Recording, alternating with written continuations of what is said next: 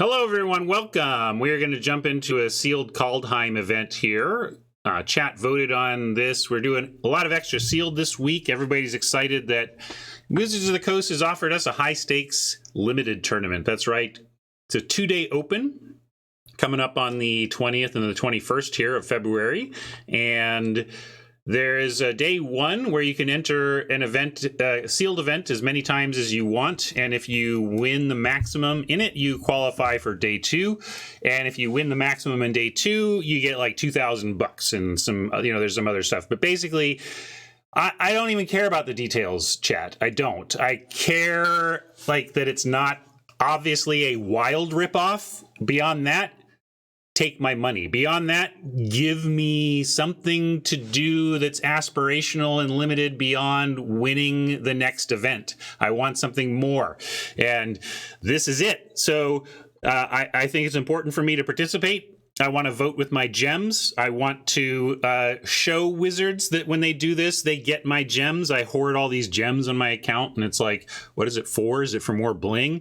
No, it's for taking shots at serious competitive limited opportunities. So I'm really excited about that, but we're also trying to figure out how to practice for it, because day one, you can play in either a best of 3 queue or a best of 1 queue, and either one of them you can qualify in. But our friend of the show, G-Guards, did the math on that. Well, I'll try and throw this into the YouTube video if I can remember, and I'm sure the chat will get on reposting the link, or maybe even I can just post it with my paste. Yep, it's still there. So G-Guards has this chart that shows that day one, we really want to be playing best of 1. You have basically almost at any win rate about a 5% advantage in your chance to make day 2 if you play best of 1. But day 2 is all best of 3. So if you're planning to make day 2, you're also going to need to learn to sideboard and know that that is coming. So in a sense, I'm needing to practice 2 formats, or 2 versions of the same format. And today, chat has decided that we are going to do best of 1 sealed, which is going to basically be day 1 practice. And it's going to, these are, I think this is going to, I'm curious how the best of 3 queue even does. As word gets around that best of 1 is where it's at mathematically, I also wonder how much those best of 3s are gonna fire. I'm not sure. I guess we'll find out. One thing I am sure of, though, is that if you're buying physical Magic cards for your tabletop experience, you should be putting Card Kingdom on your list of potentials. I never pretend that anybody who buys Magic cards of any kind gets them all from one place. I think you're doing it wrong if you do that. There's too much competition out there. Capitalism, but when it comes to the game of Magic capitalism, Card Kingdom, they're real good at it. They get good prices, good customer service.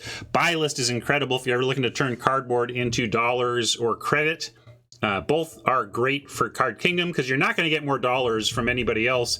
And if you decide to flip to credit, you get 30% store credit and an inventory to actually spend that credit on that is worth your while. So I really appreciate that about them, the deep inventory and the incredible customer service. And for me, that they're 5 minutes away. I'm going to go down there later because I have several orders waiting for pickup, and I've just been waiting. I wanted to put one more in, and then I'm going to go down in there. Yes, free marketism, but it's free market capitalism, can we say? Anyway, capitalism certainly motivates that. But I'm motivated to let's go in here and build a sealed pool. Thank you, Card Kingdom. Remember to use my links to get there. Then they know you got there from here. That really does help. Pop up here, though.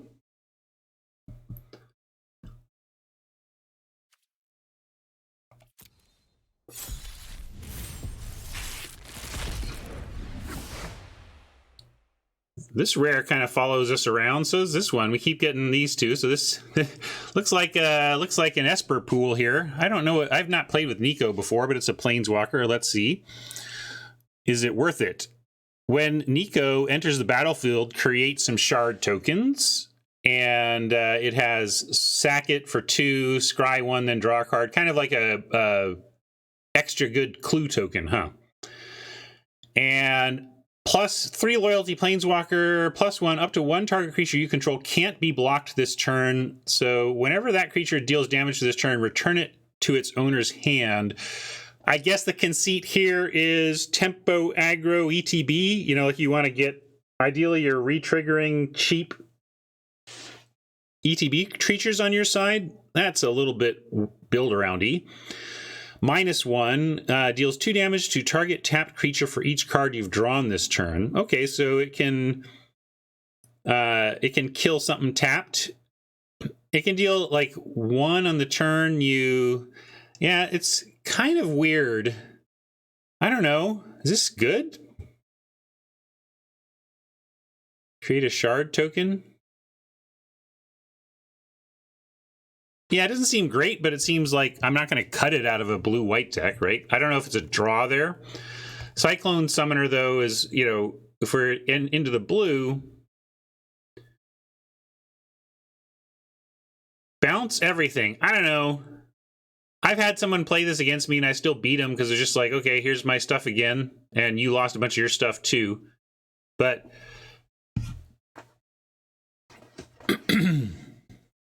yes, I think Burning Rune Demon's going to be even better in sealed because of the ability to find multiple good stuff. But Retribution and Demon in the same pool really make me think white-black again at its core, and then we'll see if maybe the blue, I don't know. Make it unblockable. But yeah, I mean, is it like, how does that play out? I'm trying to imagine the play sequencing there. I guess if, like, it's just so clunky, right? I mean, maybe you just win because you're the one with a 7/7, but this is going to send this back. Yeah, it's going to mess up all your shards. I don't know if that's a combo.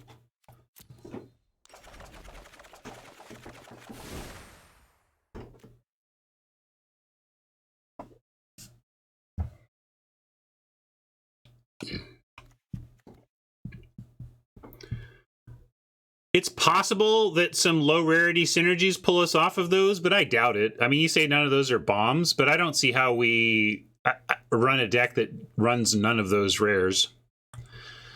Yeah, so there's been people like to, like, what order do we check things out? You know, starting with the rares and mythics is all well and good. I have habitually and typically go to just look at the uncommons next, but in a sealed where the question is, like, are you being tight aggro or wide good stuff? It is totally legit to start with checking out the lands, so we can do that. Let's look at lands, and maybe even and then we'll look at green. I like land first, typing in snow to see the snow duels. That's always important. Shimmerdrift Veil, great to see, and then a couple of Sultai snow duels and some Sultai snow help. So core of Sultai snow stuff here in the dual region. And a couple of green snow forests is also, you know, if you're doing snow, you tend to want the green stuff. So let's check the green now, but not the lands. This is just everything. We've got 1 Glittering Frost. We've got a Brawl, which is pretty good.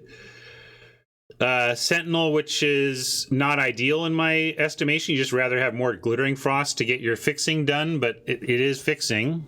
We do have 1 green legend, 1 god. Not familiar. As long as you control 3 or more legendary creatures, so that's not really going to happen.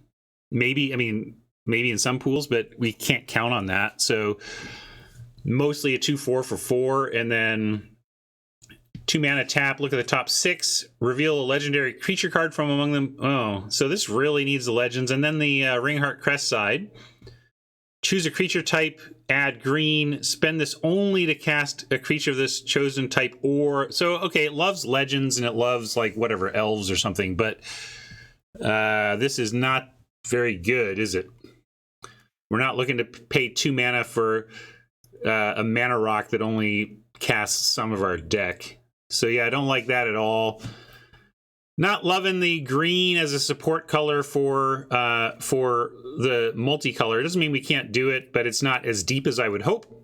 And then now I'm going to do my usual strategy of checking things out via uncommons. and then taking a look at commons by color. We did this a little bit yesterday. A couple of spectral steals and a rune of sustenance can be part of an aggro strategy, although I think rune is more control-y. You get this on a big thing and get some life back. Shadow, pretty control-y. Avalanche Caller, always interesting if you got the density in snow. But with the snow lands, yeah, it's looking, black continues to look strong. We saw that we have the mono black rare and a black white rare as well. White, okay with the onslaught. I don't know, this is pretty aggro. Sword, more control-y. So, onslaught can be just a good trick. This can be used in multiple ways. Might be straight Orzhov. Let's take a look at look at commons now. Commons by color.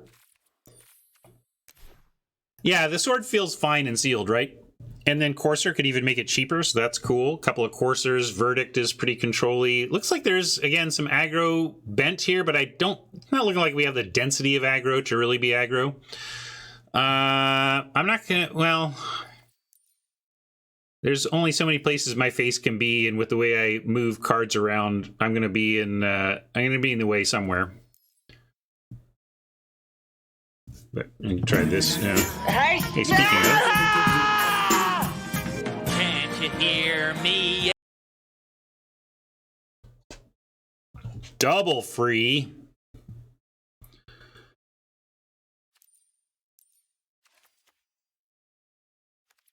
Can also do this to help see what's up. Valkyrie, yeah, anyway, so it looks like there is some decent support at white common, although it's a little split between the aggro and the control-y.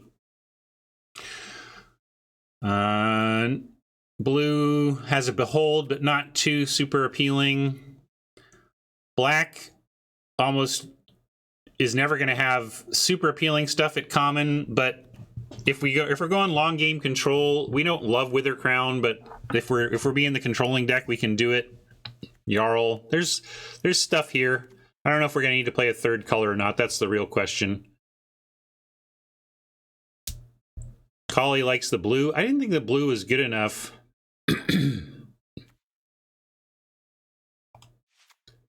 Demon Bolt, exciting. Couple of squashes. So there's more control elements here.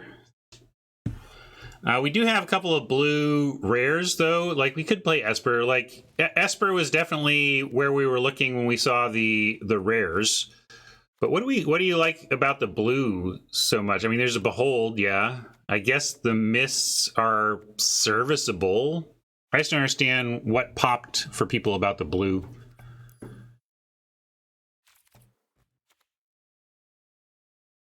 Bind, I guess, is again serviceable.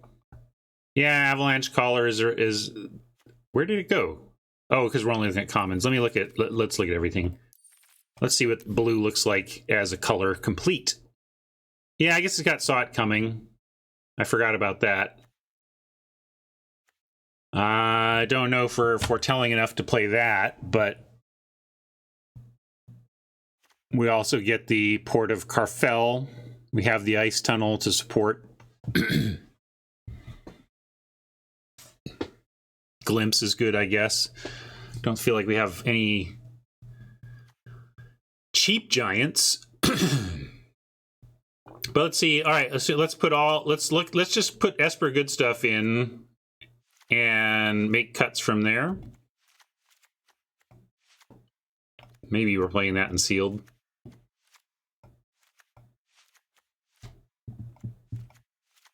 I don't think we're playing that. I'm going to leave it out for now.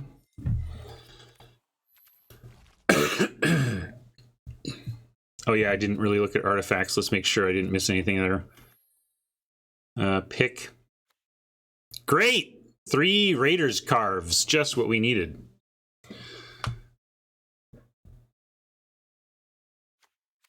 So I'll put in the pick to remember we have it. Don't think we're running the Haven here.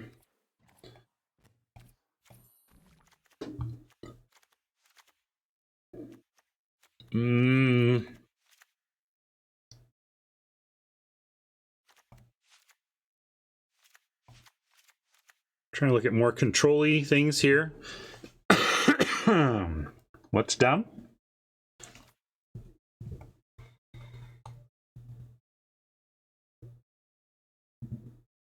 Oh. Yeah, I think they're just promoting people randomly or arbitrarily, and it's not part of their long. Yeah, Rune could be. I doubt we're going to play. Maybe. It does help with control in that you can start gaining some life back if you got aggroed early. Poison the cup. I'm going to put all the removal stuff in now, and we'll see. This is playable. Yeah. Yeah. And we'll consider the Rider, Retribution. Not playing that land. Not doing that. Maybe a raise. I doubt it, though. All right, so now we got a deck chock full of stuff here. And we got to figure out...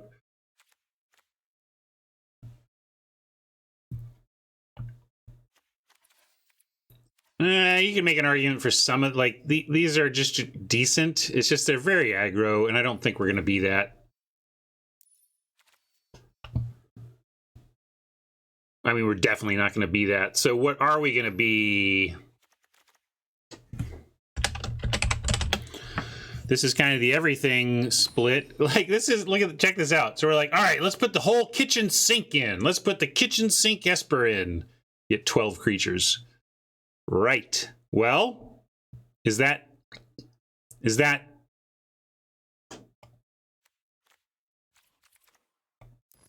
a deal breaker? Let's look at what creatures we've left behind. Could put this in as a solid creature, but again, it feels more aggro to me. Like you're trying to top your aggro curve with this and get push in damage. If you're defensive, this doesn't do much because you don't need indestructible on defense, like on your turn. Yeah, just making sure we're not missing any reasonable creatures, given that that's pretty low. Because now we really have to go through and make a lot of tough cuts, right? Yep, sword is a creature. It's an expensive one, but it counts. Retribution, a creature. Yep. Yeah, I don't think so. Why? Like that just feels like running the Scarecrow feels wrong. I don't know. I don't think CBL is supposed to work in this view. I think it looks to the battlefield. My enchantment interaction. Oh, you mean like, yeah, we've got bind and mists. I just put everything in. Like, here's all the removal that I don't love, right? A bind, a way down, 2 mists, and 2 wither crowns. But like wither crown is just straight better than mists, right?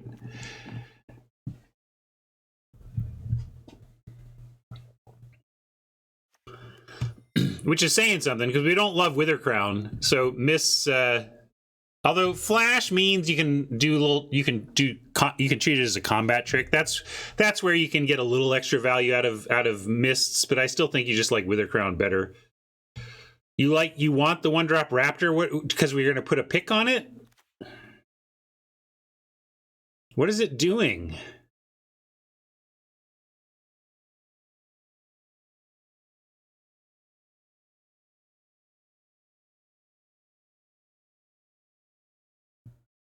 All right, I'll play it since we're testing the format, but I gotta tell you, I don't love it in this deck. I don't know.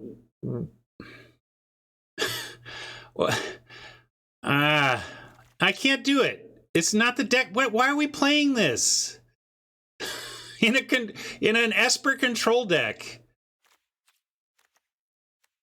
I hear you.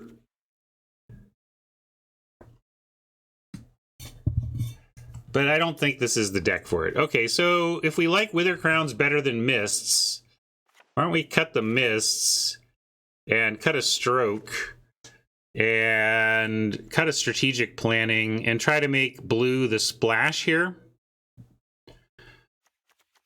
Can splash the Foretell counter. Nico is kind of up here.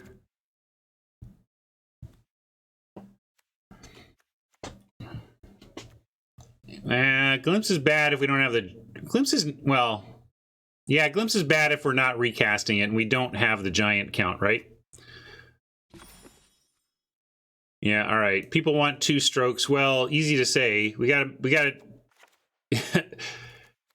cut some stuff.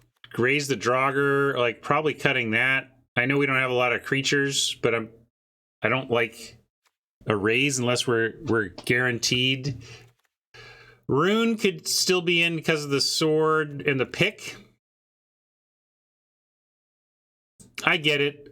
You don't have to sell me on the power of stroke. It's about how much blue we want to be. That's my only concern, is that one of these colors has to give, and I'm choosing blue.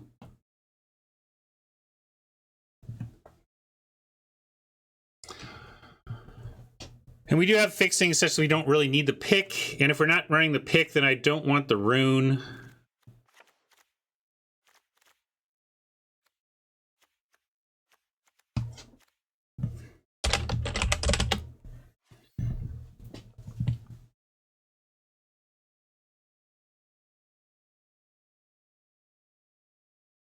The reason I'm willing to play the Cyclone Giant despite, quote, cutting down blue, it's 7 mana. Our ability to have blue by the time we have 7 mana is a lot greater, I would guess. I can't do the math in my head, but my gut says blue on 7 mana is going to be easier than blue on, say, 2 mana, 3 mana.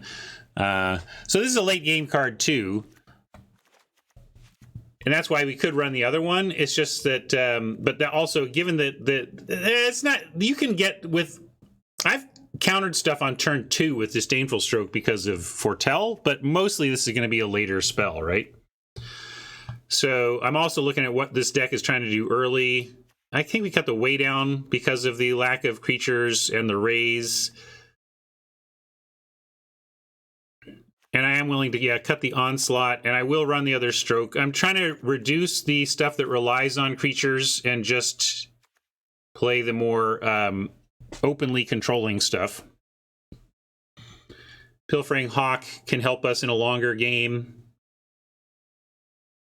But we're really not doing much early besides Bind and Wither Crown. I don't love our game against aggro, which could be a reason to, like, why Raptor? To actually have game against aggro instead of for it. But now I'm thinking, now it's looking tough because, like, we're pretty even here. We're now looking at our blue as being, we need blue early, we want black early because we're trying to Wither Crown to survive aggro into, but we also want coursers on 3. So this is really challenging our mana. But we do have, I like to do this because it makes me feel so much better to move to move my Foretell stuff into the 2-drop slot, and just to remind myself that I do have a lot of things to do on 2. Jarl, Behold. So when you do that, you're like, okay, we got actually have 2 drops covered.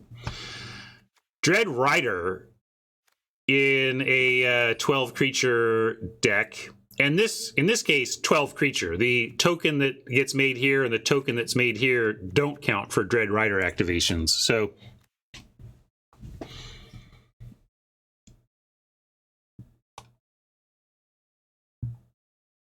but yeah, if white's our splash, again, I certainly don't want a Raptor, right?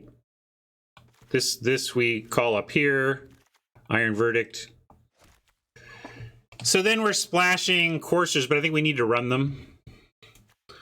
Yeah, I think we need to cut the Dread Rider because it's just not doing anything here. And this drops us down to 11 raw creatures with a couple of token makers. So 13. 13 is just a little under, which is not that actually that bad. Kennel Master, I don't know what that does. We put Kennel Master in this deck. We're saying we need a 4/4 on 4/4 for 5. Like, that's what we're saying, and I can't bring myself to include that. So now I'm going to look at, really, I guess we just need a final cut, and it should be a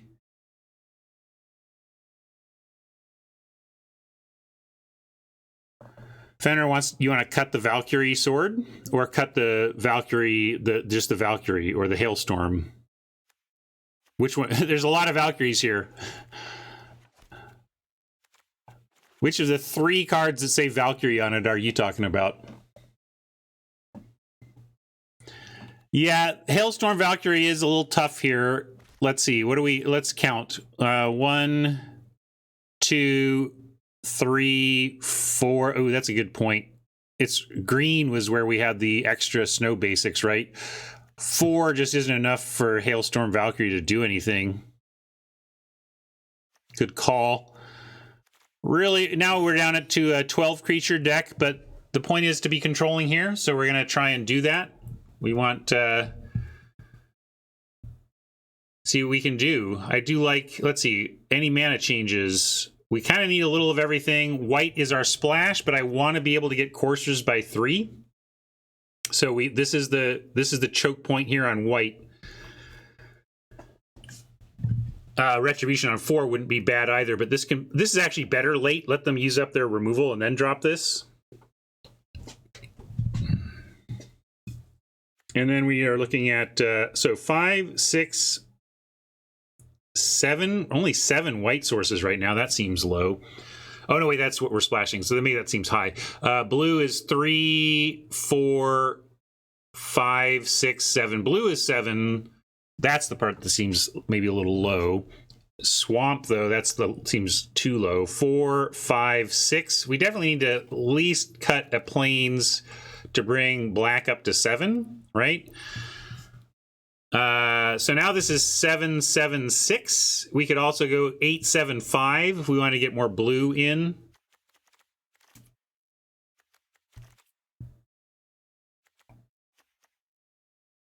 One, 2, 3, 4, 5, 6, 7 blue currently. 4, 5, 6. Well, Poison the Cup and Saw It Coming can both get down to a single color through Foretell. The Tegrid Shadow is the one that needs the double for sure. Retribution needs double white. Cyclone needs double blue. So we've got doubles all over, double blue, double white, double black, double black. We got some doubles here, gang. So can we go to 5 sources of white is really the question.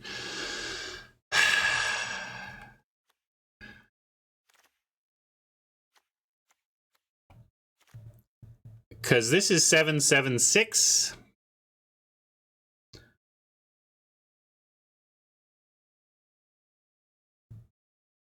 Yeah, maybe we just go 7, 7, 6, and we need a little bit of luck, a little bit of a Devil's Mana base here.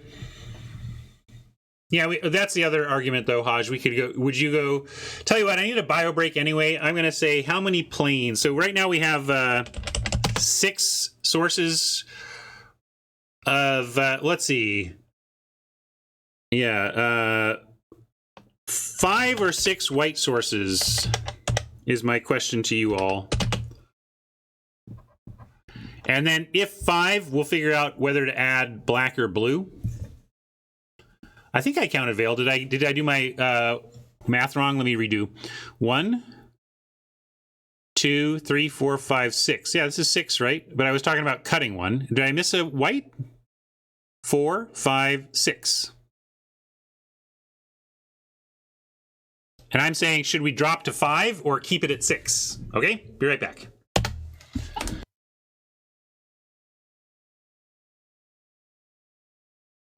Yeah, that's where I landed. I was thinking about it while I was away and was like, we're just going to have to take a little risk with the mana here. It's not just the white of the Retribution that makes me want to stay at 6 white sources. It's the coursers at 3. If we're going to cast these on 3, we're already pushing it to be only at 6. And this is just the nature of sealed sometimes. But we are going to run it like this and see what we can do. I do have the white-blue saga. Do you think it's good enough? I was feeling like it didn't do enough, but maybe it does. Maybe we have enough Foretell to run it. It just feels like such a Foretell payoff.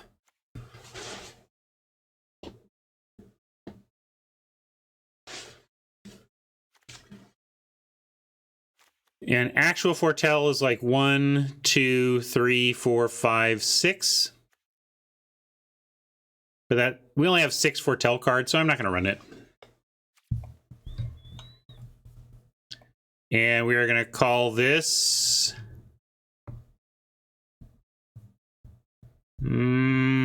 somebody had a good name for this. What was that funny name earlier?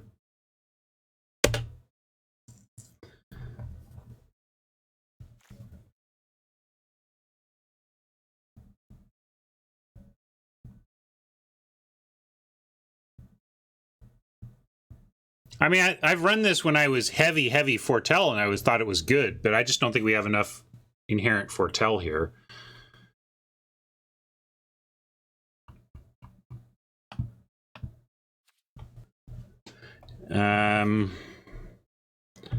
Not. Yeah, case. How about case closed?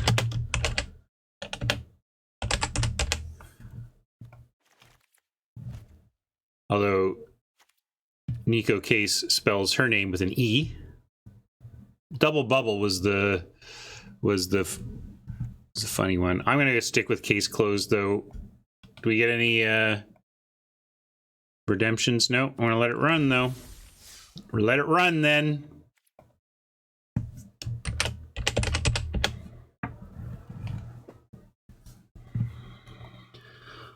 I don't know what to expect here, gang. I feel like this deck isn't that great, but it has a couple of bombs or a couple of high-powered, efficient cards that if they go unanswered could win us some games, whether or not, you know, what is a bomb is up there with what is a punt. So suffice it to say, we have some powerful cards. We have some powerful rules text in our deck.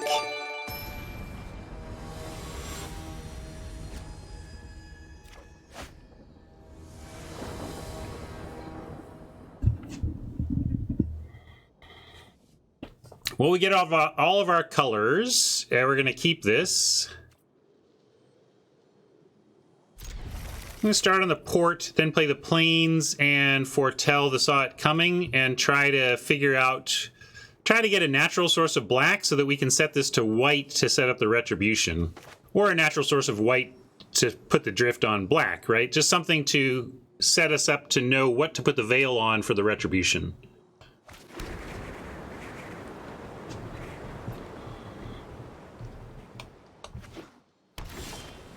And there we go. So 2 white sources. Now we know we can put that on black. And I'm going to play a second untapped source here, though, so that I can foretell the saw it coming. Then next turn we can play drift on black and have the saw it coming ready in case we need it. I'm hoping to not, but, you know, you do what you gotta. All right, clearly this goes to black, although we could, you know, too bad this wasn't like a swamp. Then we could actually put this on blue, right? But we're going to assume that we'll find our way to blue before 7.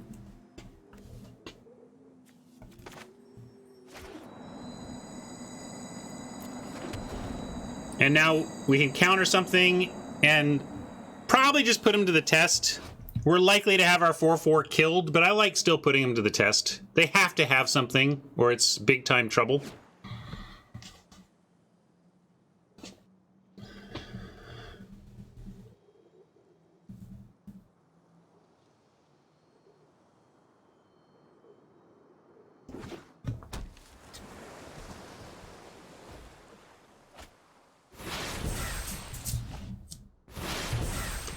Double foretell.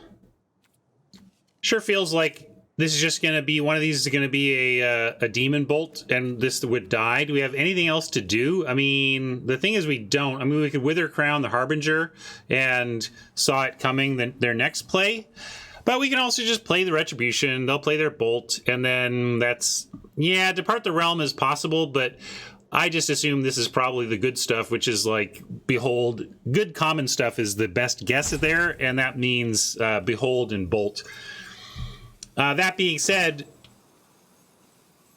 we could wait to Retribution until we can actually cast the Saw It Coming if we find, because we have the blue.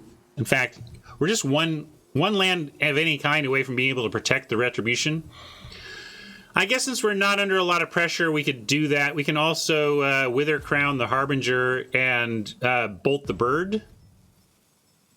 I like that. What I think they're going to get a lot of value out of this mana, given the foretelling they've already done. And now at least we either get some damage in or they give it up.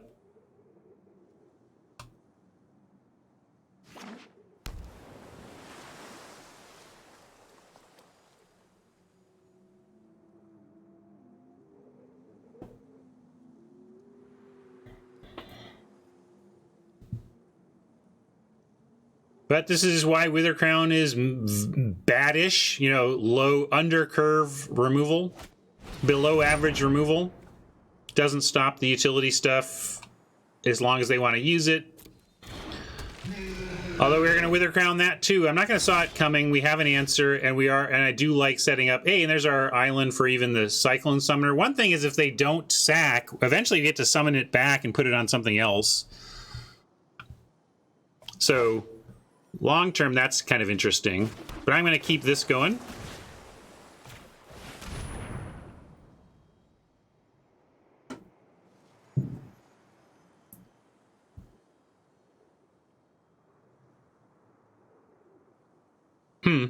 They're pausing, which does suggest one of these is the bounce spell. Well, maybe we'll see it here.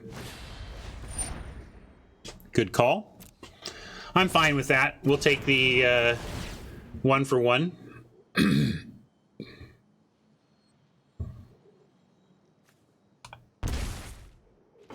Yeah, they used up one of the answers to the Retribution we were worried about, and now we are going to be able to drop the Retribution and protect it.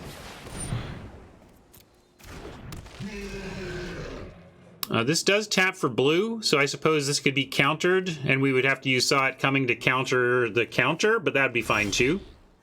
Hey, Stack Tiger, welcome back. Good to see you.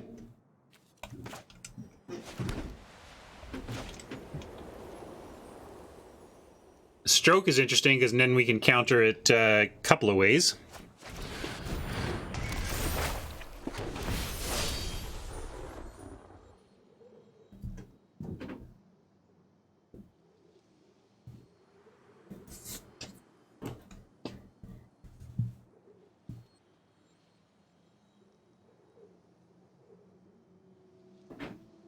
Sure feels like Bolt.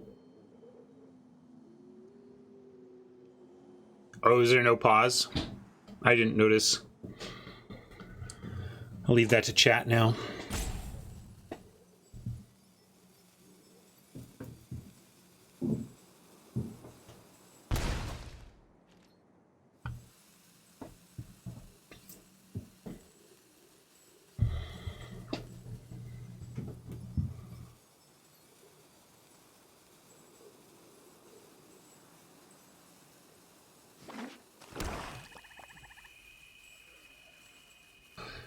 The speed, the pace at which they're playing right now suggests they just don't have something for the Angel that we even need to counter. Or I feel like they would have just snapped it off, but I don't know. Some people are, I mean, you can know what you're going to do, but still need a lot of time to plan, so I get it. Yeah, sometimes you have the removal and you're like, yeah, I know I'm going to kill the Angel, but then what, right? And you're working on the then what, so I try not to be, especially with my pace of play, trying to be too salty. Yeah, they're just trying to figure out like when to use this, right? So totally understandable.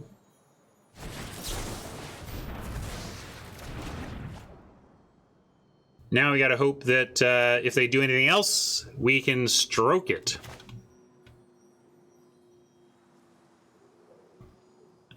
Also, almost too bad. Like, it would be nice to bounce the Retribution here with Cyclone Summoner, but can't get it done this time. Gonna kill the Yeti, though.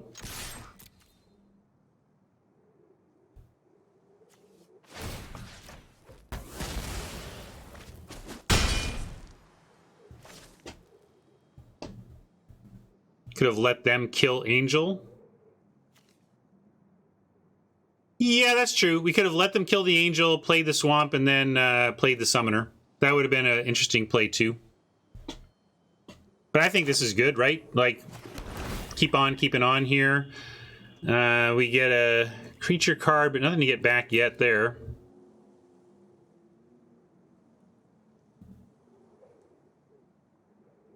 Someone said play around the discard. I suppose they might be splashing it. I suppose seems like black is like the splash here, but if so, we can get it back, and also we can with stroke we can counter the discard, counter the Skull Raid, right?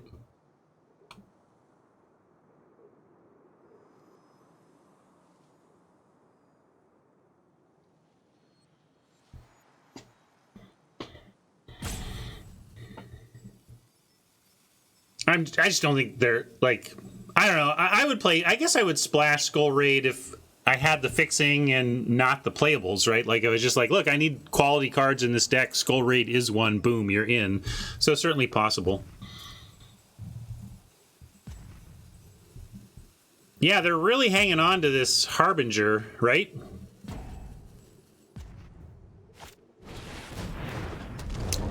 It seems done snowing, yes. Seems done snowing.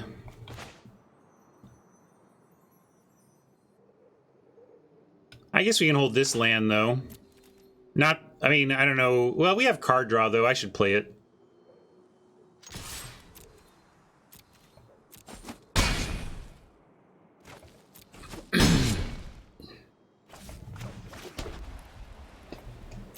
Well, they need to kill this angel, or they need to get in the way or kill this angel for 3 mana or less.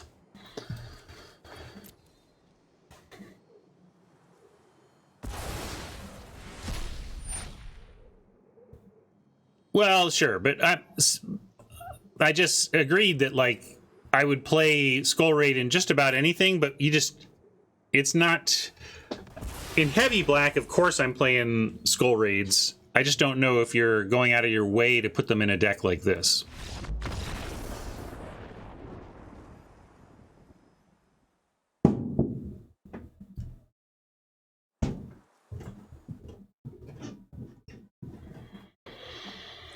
Well, the real story there is we showed some patience. I was tempted to just run out the angel, but we did we looked at the board and just realized, look, they are so likely to have something to kill that angel token. Why not just wait till we can protect it?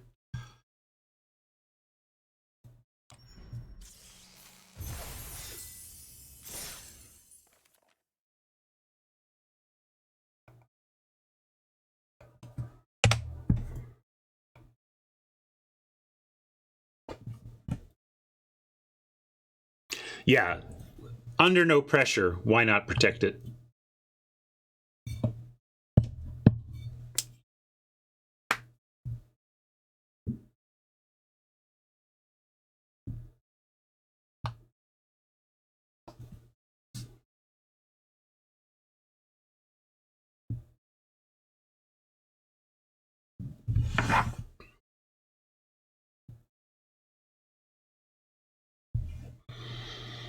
Surprised pairing is taking this long. I'd be thinking there's a lot of practice happening out there.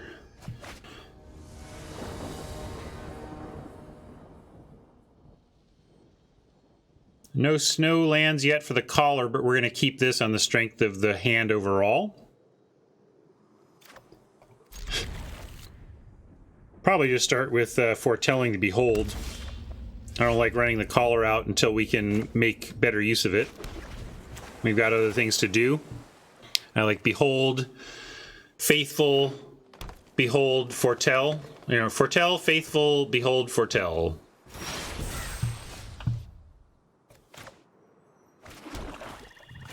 I guess we could foretell the Jarl. Like, and then we'd have at minimum Jarl and Behold for turn, foretell Behold. Jarl is a little more aggressive here, and we're going to play a 3-1 that could lead to an aggressive start. So I'm going to foretell the Jarl. Hodge likes the Behold. I guess I'm prioritizing board impactful stuff over hand refilling, figuring that we want to get to hand refilling later in general. I'll show Espertron.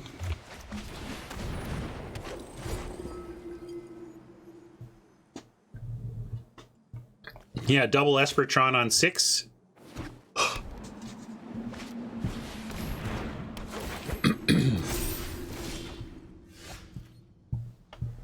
And at that point, Demon, I guess. We could just hardcast Behold right now, too. That's another thing. Like, if we didn't feel like we got a good case for the Jarl. Thing is, they could increase the size of the Bloodline Pretender and send in. So I kind of like having Jarl available for the block and kill.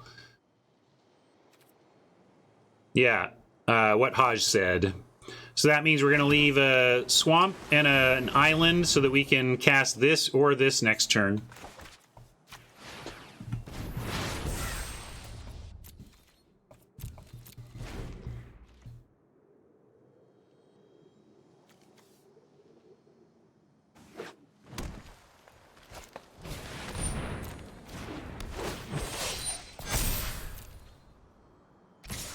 Oh, goody. Of course, we have another big boy to deal with, but I like that we can make this trade.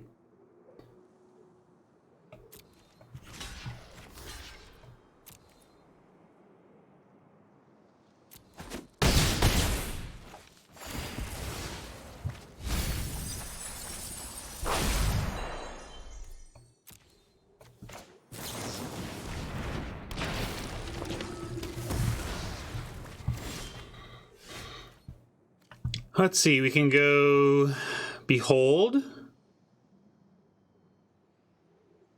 Yeah, let's start with Behold and then see what we want to do from there. Saw it coming. Cannot set that up for casting soon, but we probably still want it. Wither Crown is an answer for the Outrider that we can use soon, so let's take that first.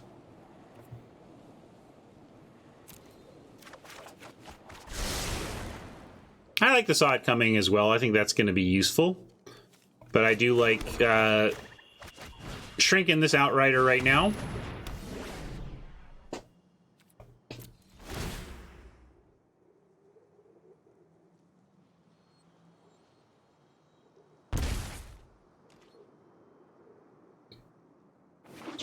They might have enchantment removal since they've decided to keep the Outrider. But they're not attacking, so I guess they don't have it now. We're going to try and trade here, though.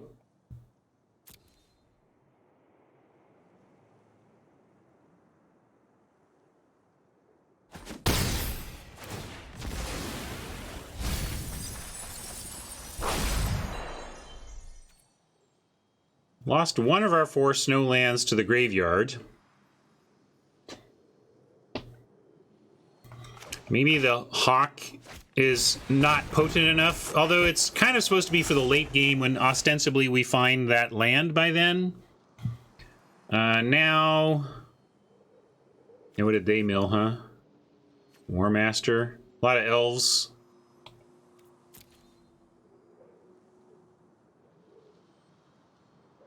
Damon the Demon. Yeah, with this, although I feel like it might just die, we could set up a turn and potentially get into a spot where, much like before, we can cast Rune Demon with the Saw It Coming up. I kind of like Thought Thief, Foretell Saw It Coming.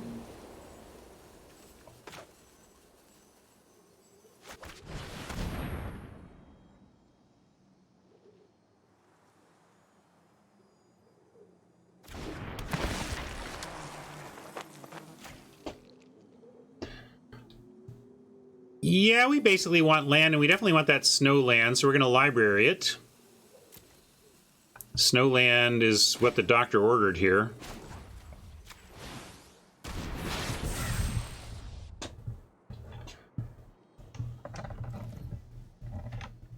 If they tap anything, I'm going to quickly hit full control, because I want to bluff that, that what I've got here is the Iron Verdict.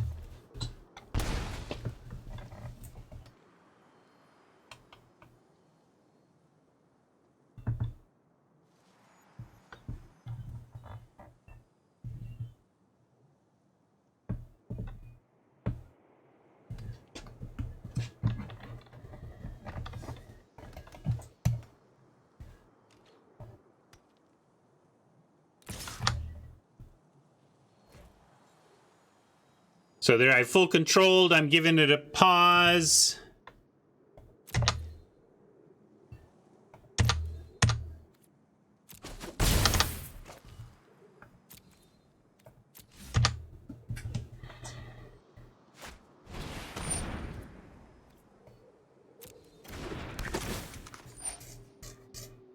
Can't counter that anyway.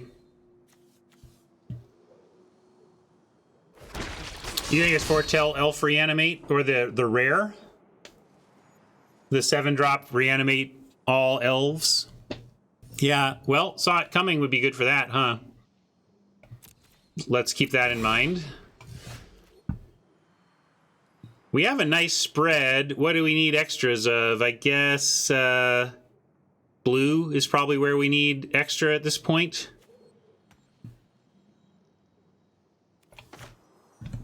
Because if this takes up... Yeah, this is gonna...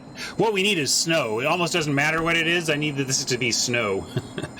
So let's go Hawk Collar now. And then... Oh, we can't do it all. So let's... I'm not attacking with the land yet. Let's play Hawk and then keep Saw It coming up.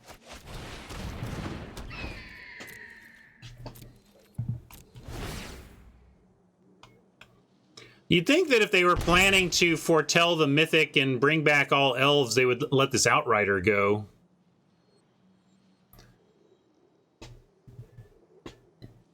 Well, if it's Skulk... I mean, we have Saw It coming. If they do anything that's super devastating, we give up on the defend the demon plan and do the stop super devastating plan. In this case, I'm happy to trade the Draugr off for almost anything. If the Thief plus Hawk wasn't a 2-for-1, I'd block the Helm, but I am willing to trade the Sculptor off for the Thought Thief here.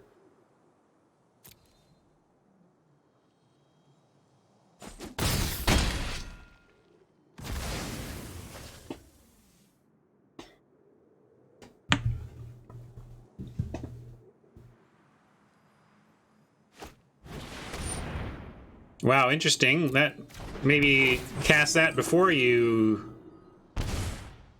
send a guy into combat. All right, well, we can't protect the demon yet, but we can cast Angel and protect it, so we're going to do that. We can even protect the Angel and loot.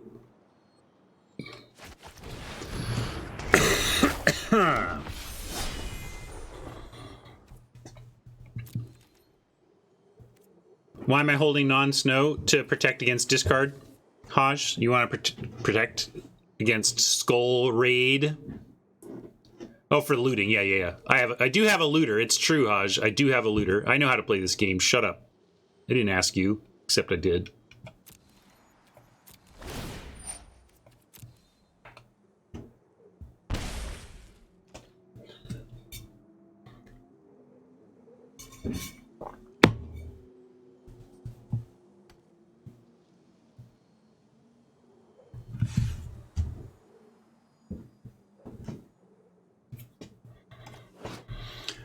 Destroy target creature with power, less than this creature's power, so we can pick off the Shadow Sage, but not the Zombie Berserker currently.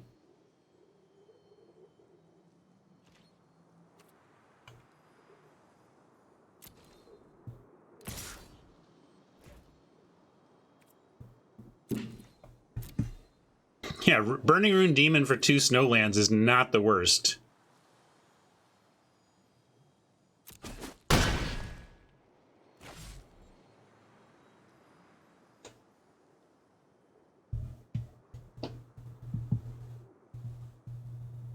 Yeah, maybe this is a Tethered Shadow situation. That's fair.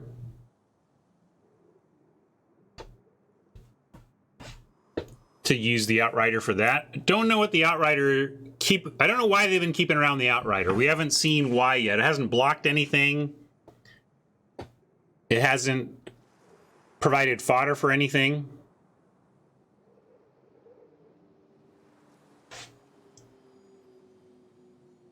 It's an instant, so if they have something like Shadow, they're going to wait till at least our upkeep.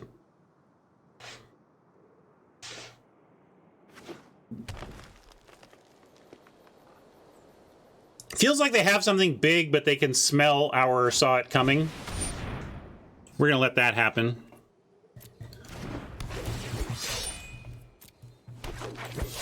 Yeah, they might just have rights in the deck, right? We can now demon and still keep the saw it coming up. That's nice. Haj was saying hold these lands, but we could actually play demon and have protection, Haj, so let's keep that in mind. We can also play Avalanche Caller and send in with the Veil, but I don't like that. I am going to send the Angel first. And if we're going to use all our mana, we don't need to hold the Hawk back either. So I'm sending the Hawk as well. There's no reach over there, right? No reach. And we're not blocking. Well, we're at 8. Maybe I need the Hawk back to like threaten even just the 1/1. Yeah, I guess the Hawk isn't worth the damage since it even protects just that. But hopefully the Demon just stops all their attacks, right? Although this is still a problem. Gotta send the Angel, though. Helm is Menace. Kill the Mentor, because we just want the biggest power dead, I think. Like, 2/5 is manageable. It's the one we least want him to, like, reanimate, but reanimating this isn't good for us either at 8 life. And that is indeed blue, right? All right.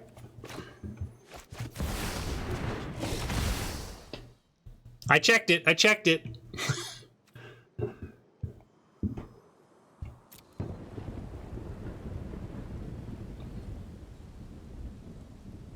I like just Nico and Cyclone Summoner, I think. Haj would kill the Shadow Sage. We definitely want the Planeswalker. Maybe it's not the Cyclone, though.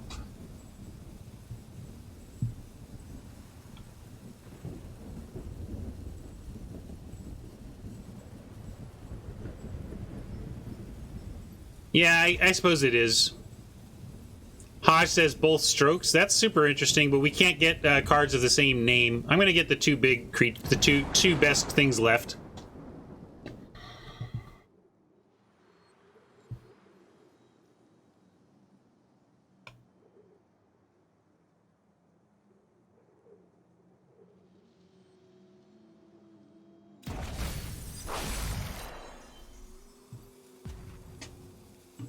He gave us Nico.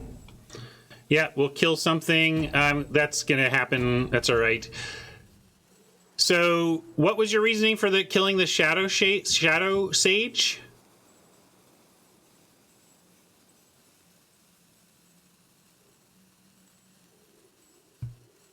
I was on... it's 4/7 with the helm on it. That's true. But so is the Elderleaf Mentor, right? I mean, they're... I don't know.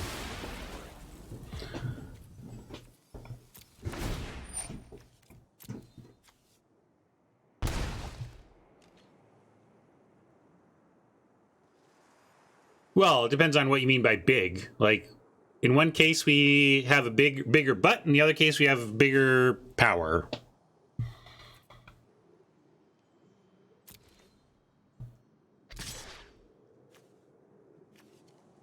Well, this attack is interesting. We can totally double block if we want. We've got Saw It coming to protect all this action.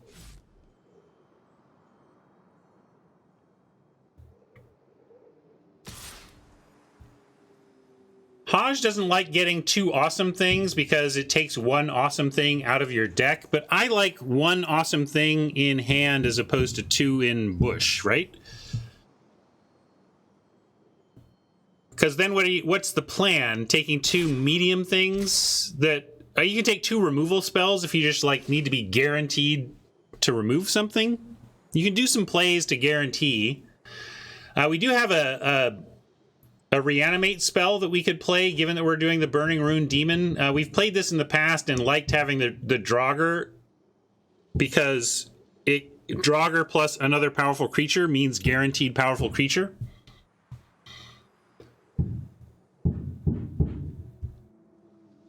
We do have lethal in the air, and we can counter anything they try to do to get lethal here. So we're just going to pass, and if they try to mammoth growth, we counter it. And if they try to stop our lethal, we counter that instead.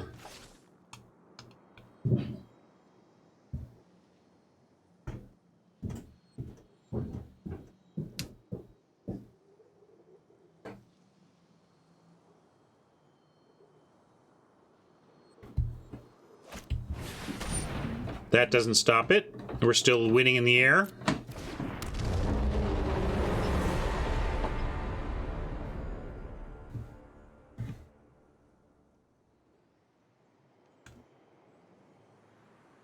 I don't know. Yeah, they only have one spell left, and there's... I can't think of anything uncounterable that stops this win. Double Strike Angel is 8. Oh, maybe I miscounted. I think we're 1 under. Never mind. Let's see. I thought I was thinking we had this was going to be 5. Sorry, I had 10, 6, 1, but we have 8, 6, 1. So in that case, how do we live? We are going to Avalanche Caller, and then we have a couple of blockers, and I think we just send the Angel for the 8. And then we do have a crackback next turn. Well, Nico doesn't make... Oh, wait. Yeah, I should read Nico. Okay.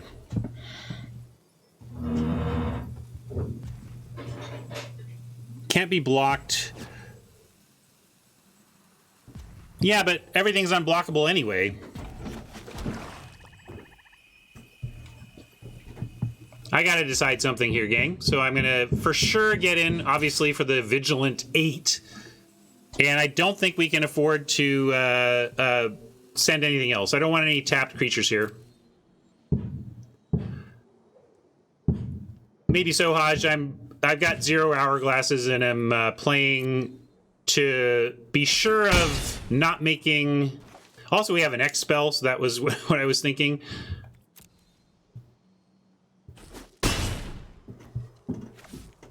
Really, what we need is Avalanche Caller with a threat of Snowland and the counter. So we're definitely Avalanche Calling, but then we probably can't Nico.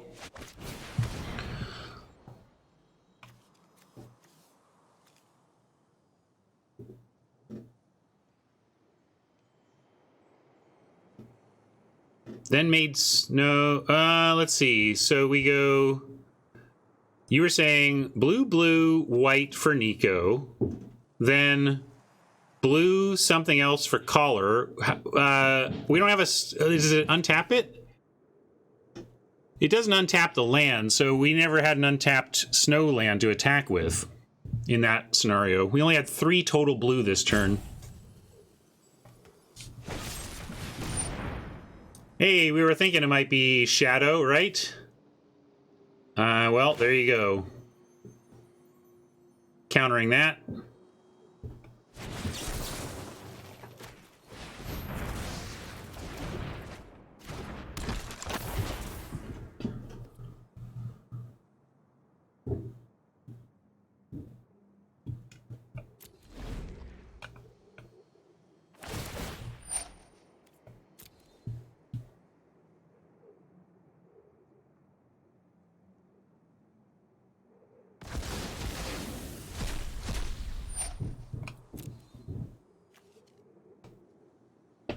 Are they finally going to let the Outrider go? That'd be funny. Hey, there you go. That Outrider was all about the Shadow, apparently, and then we countered the Shadow. Turns out Wither Crown, best card in our deck. Somehow.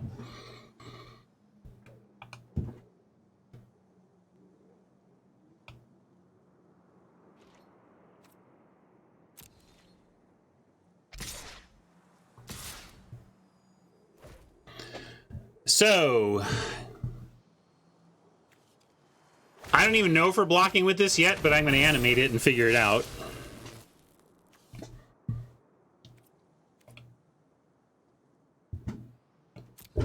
So probably just want to chump with the Hawk and Demon land block, Demon collar block.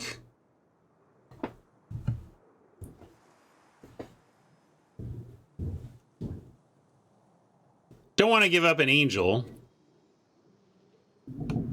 Land collar block also works.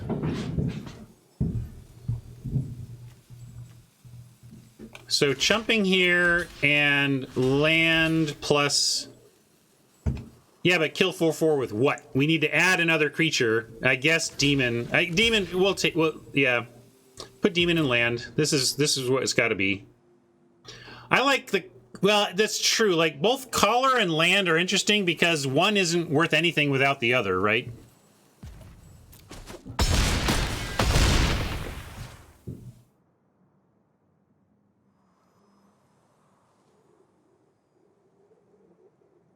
Didn't have the... Oh, yeah, I could have looted. That's true.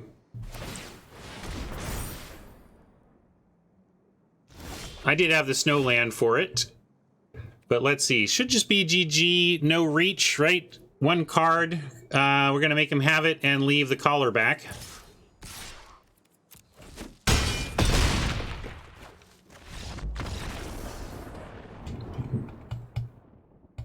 Little bit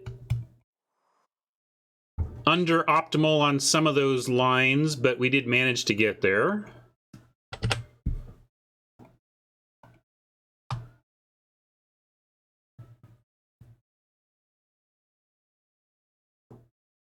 It was fine, but I think there were I think the time traveling supercomputer would not bless me with a perfect game there, is what I'm saying.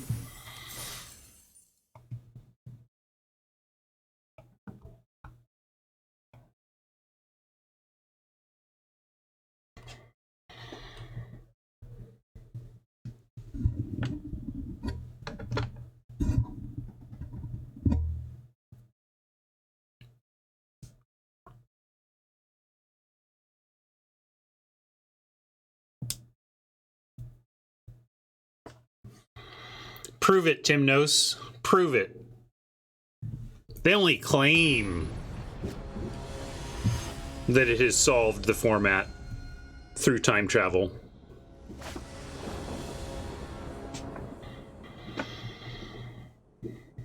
Another keep with all three lands if we put this on black.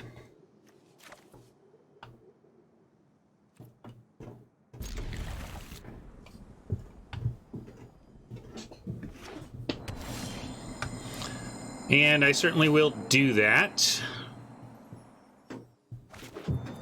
To open here.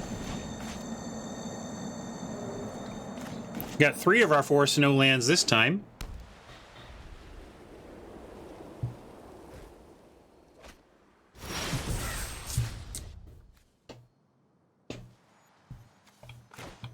And similar reasoning, we may be able to leap out and get something with Jarl, so I'm going to play it. Although, maybe we do need to Behold and just look for better action? I don't know. Yeah, I'm going to go Behold this time. Last time we had a creature to play to make Jarl function. This time I don't have a 3-drop that's going to make Jarl function on 4.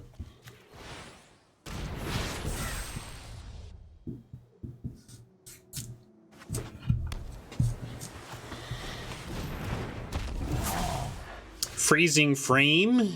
Freezing Flame is scary, but we can just foretell poison and pick it off before it even has anything of ours to kill in excess. Yeah, we could still. I mean, we could still foretell the Jarl, but we would even have that next turn anyway. So let's just go, let's go island here and foretell the cup.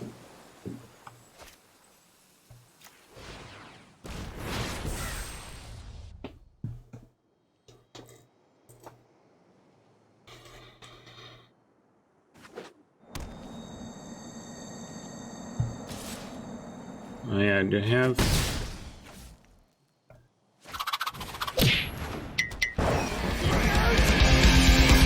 again.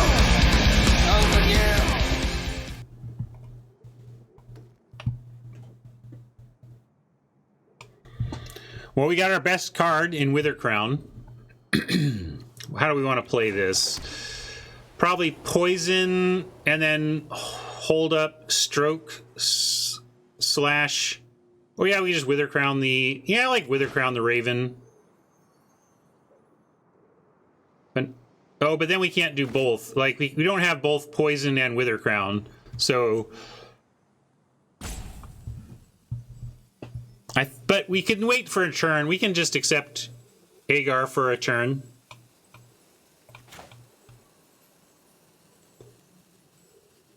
Nah, I don't want the tick. I just want the thing dead. You like kill giant and scry? I'm gonna go with my gut. Let him have Agar for a turn. And I'm even just gonna go shields down. No, I'm not gonna go shields down. We have stroke and we have behold. That's fine.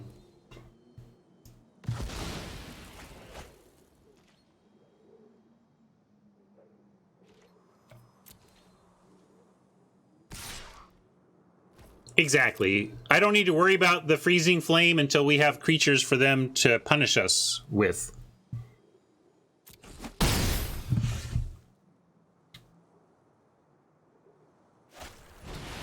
And we're going to counter their behold.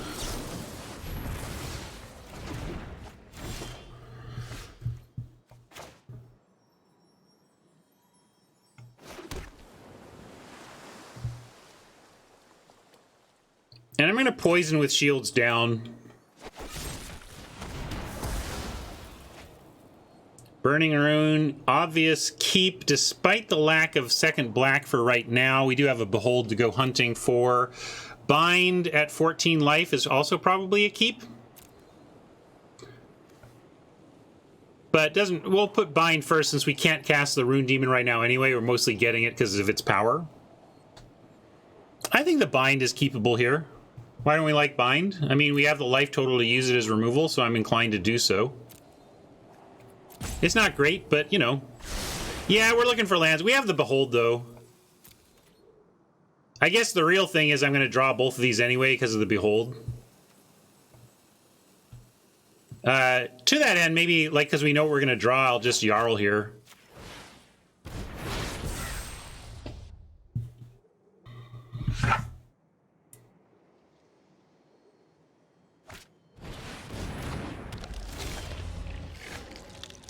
I like it. That's a good bind target, although it kind of turns everything on with its shapeshifteriness, which is the problem with one of the problems with aura removal.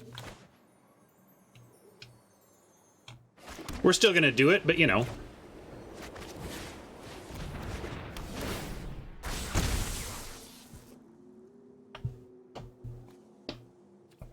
Yeah, we could enable the Valk discount, but it doesn't even really matter at that point because we're casting Demon first and then we're untapping with 6 or 7 mana, so who cares if this is discounted? And yeah, we can Valkyrie here just straight up. We don't get to cast these, but it's okay. We know what we're drawing. This is all good. Yeah, I like full cost Valk. Why not?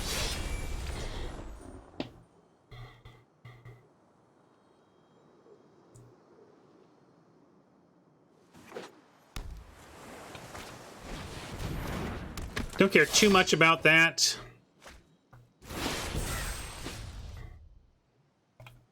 Swing in with the Valk. I should behold now, though, to both find land drops and possible main deck plays. Stroke and Courser. We want to find the swamp for this, and keeping either of these puts us a turn off from finding that. But we could cut, like, yeah, ship the Courser, which is not really doing too much. I mean, it's a body in the air, but I like the stroke. And then we do get an extra card underneath. Shadow, you say. All right, let's foretell the shadow then. Looks like I forgot that we do have a non-bow of bind and Tegrid's Shadow. Maybe we should cut the bind. Or cut the shadow. I hate running these non-bows. You can do it. It's not the worst, but like this is just a worse card for us now because of our own card.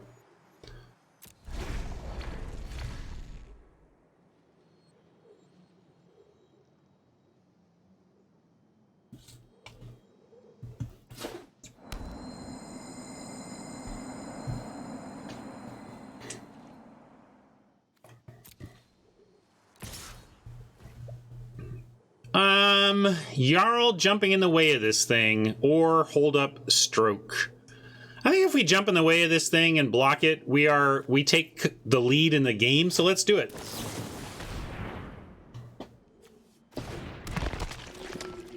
We go shields down, but we do so to turn the game into, if nothing changes, we win. And then the ball is in Oppo's court to change the situation.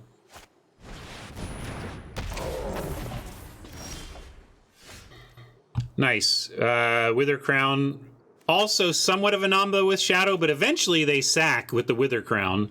And I like Wither Crown, hold up stroke here, no problem.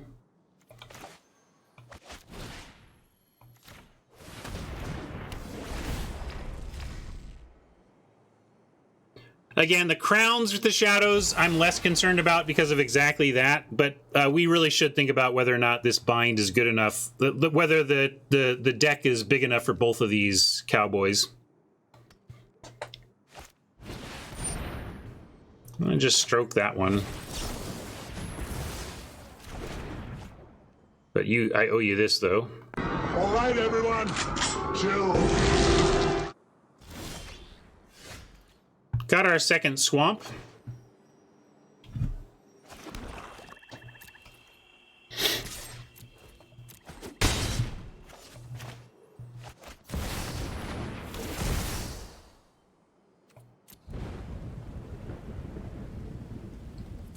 We have enough snow land that we might just want like Avalanche Collar and Retribution, you know, just like which one of these do you want to lose to? Summoner, what does Summoner do? Summoner gets their... Yeah, Summoner is not the best for us.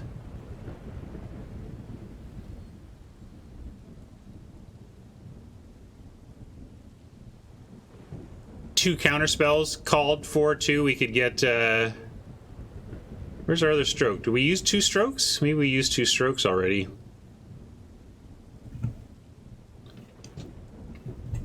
I think I like Avalanche Collar and Retribution. I'm gonna go offensive instead of defensive.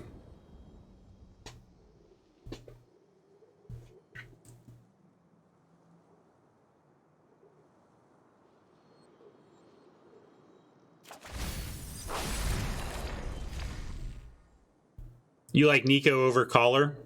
Nico doesn't... I guess Nico provides some unblockability, but they're not really blocking anyway. I mean, maybe now they are.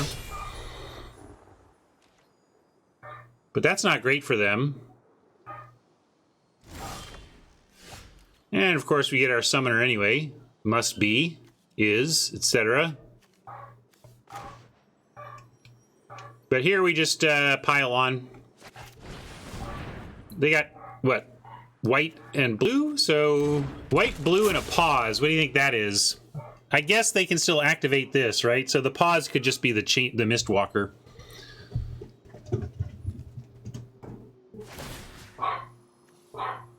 Wait, which do they use for that? All right, yeah, that's what I wanted.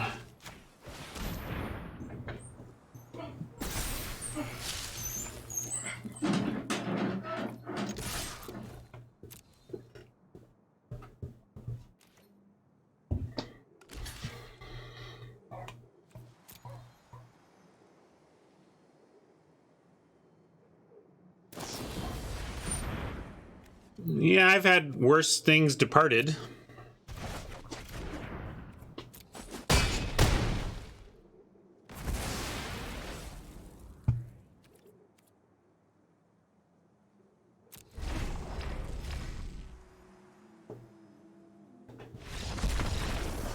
Oppo done.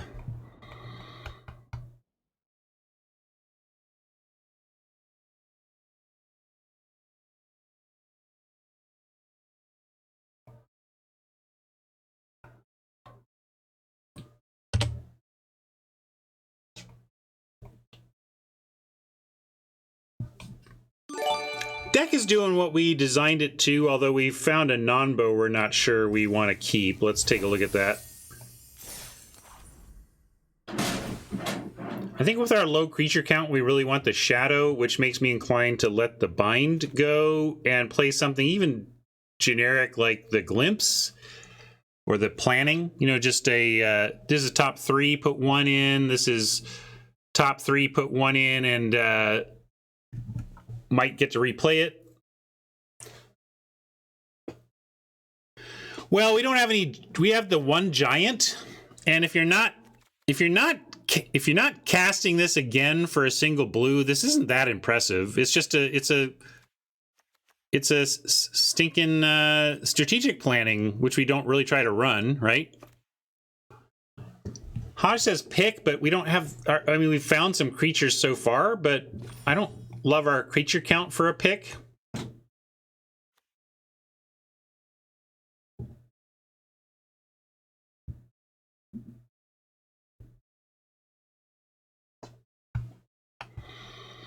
How about Angel? This one?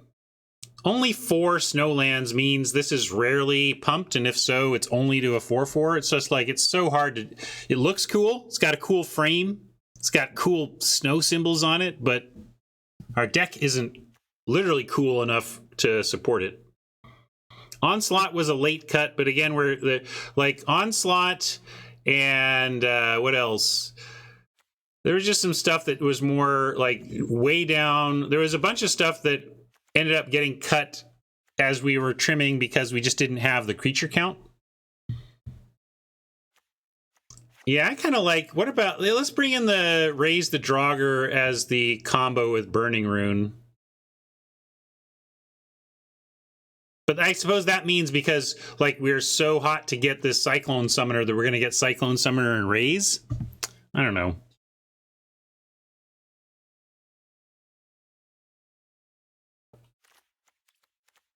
Rune would be good as a foil against some aggro, I suppose. Like Rune and Raise are interesting. Raise is the combo with Burning Tree, but a combo for what? That's the problem. Like a combo for getting Avalanche Caller or Cyclone Summoner, basically. We can't get our Retribution with that.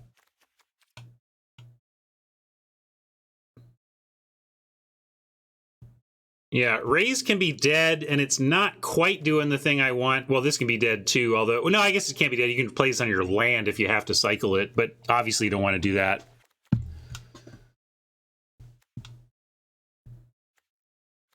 All right, I'll try the Rune, although it also adds more white, which I don't love. We're trying to be lighter on the white, but there's no light anything in this deck, so it is what it is. Let's start with this. We'll see how it goes. We can potentially change it again. That's a good point, Hat. I just need to put it on a snowland so when we animate it, it has lifelink. That is clever. I mean, it's good to have those lines in your back pocket for execution should they come up.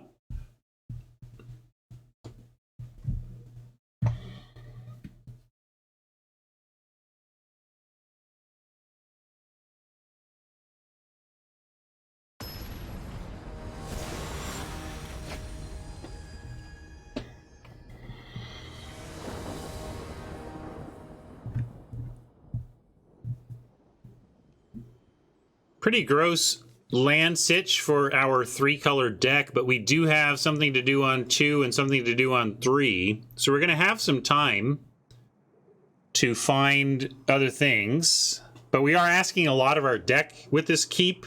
We're just not asking anything of it until turn 4. So we're asking a lot, but we're giving the deck some time. I think I'm going to keep it on that strength, but it's a risky keep. This could go off the rails, but it has a lot of potential. And of course, we know never.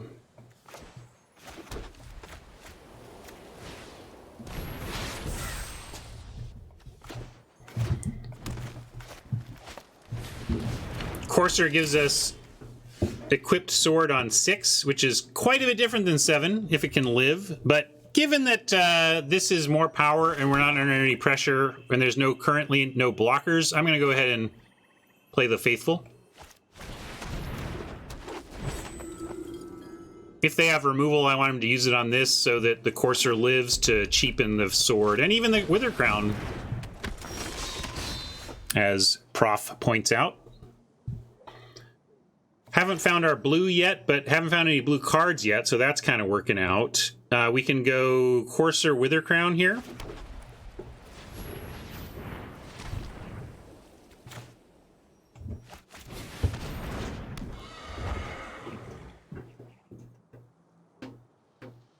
And I like Courser Wither Crown. Well, I guess we can attack with the Faithful. If they want to block, we're happy with that trade, and then we'll play Wither Crown after. And even a pick isn't going to make the Firewalker able to... I guess it would make it able to attack. Well, hold on now. If they put a pick on the Firewalker, it becomes a 4/3.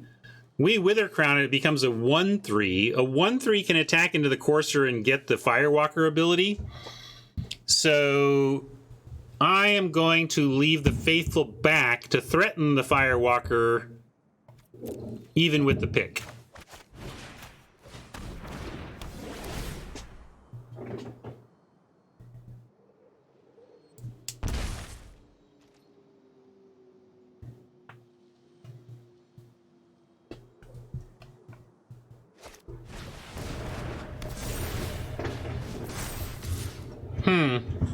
Well, if they're gonna, like, I wanted to get the sword in. This is interesting. They can't work the Firewalker unless they sack the treasure they're about to make. I'm tempted to keep this because of the cheapened sword body, and we can Jarl the heck out of this next turn. So I'm gonna say no blocks.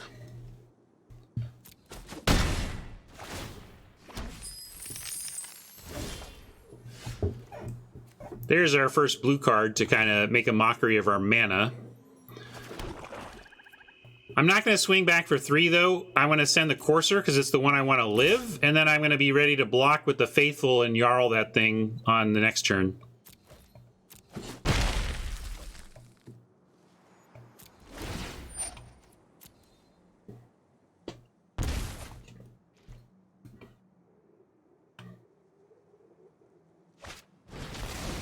Ah, very nice. That means they're going to get the Firewalker back. I'm still going to do it because of the tempo.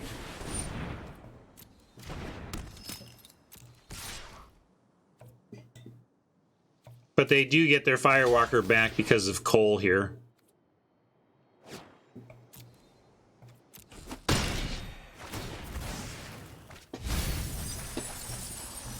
Our Saga just hit the yard. That was a good one, but that's okay.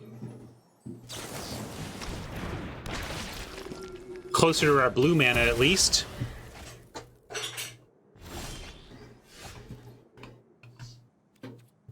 Now maybe I'm just supposed to make the sword.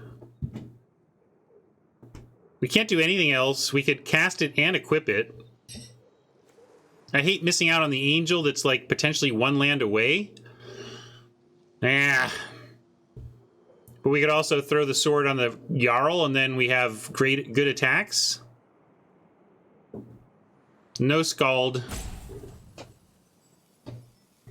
I know I'm going to play this, and then it's going to be a Snow Island on top, which is like exactly the card we need to turn all this stuff on. But if we get a Snow Island, I'm going to be happy anyway. I think I gotta try and get them here. They're struggling on land. Rob says hold a turn. I'm going to do this, and I'm even going to offer Jarl. There's no way they're going to trade Cole for Jarl, is there? Okay, great. I need that thing. I'm happy to have that thing dead. Yeah, I was surprised they were going to trade and was going to be happy about it. We were Radiant, but we also just attacked for 4 in the air, and they're stuck on 3 at 9 life, right? Like, a turn is a big deal here.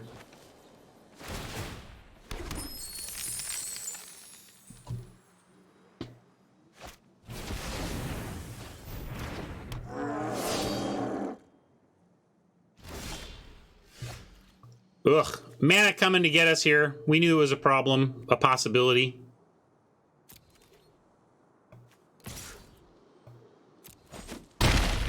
Really wish we had him on just slightly short of a clock. Like, you know, 1 damage short from saying kill this or you're dead is pretty good. 2 turns is quite a bit. Might have to put the Jarl in front of the Goldvein picks just so they can't, like, dump hand. Yeah, I could move the sword, but then I want to move it back. Yeah, maybe I should have moved it because then it does threaten to actually kill one of these, but we still get a death here too. And this is another, so Cole's going away with this.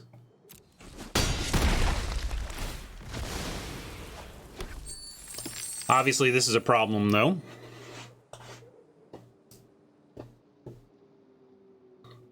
If we can get 2 islands, we can get another shot at the sword. Except for drawing. I can't complain. We knew, like, this is just what we signed up for with this deck. Yeah, no counter on Angel? Sounds great. How do we counter it? Would you like? I would love to counter it. Somebody fix our mana base. Now we probably just lose this, but I don't think this is an attack. I suppose we have some outs to win through removing the Valkyrie, so we should play that. Play to those outs.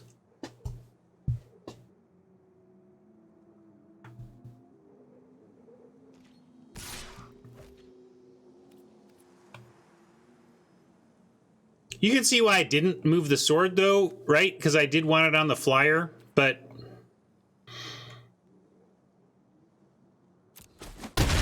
we just gotta take this here.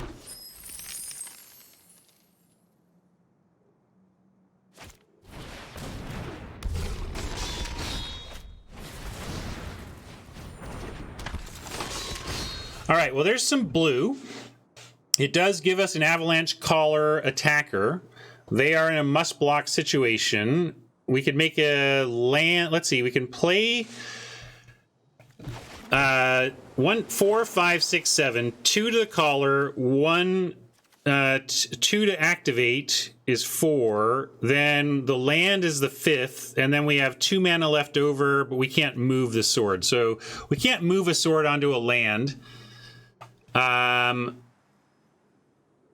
But we got to play Avalanche Caller then and try and hold.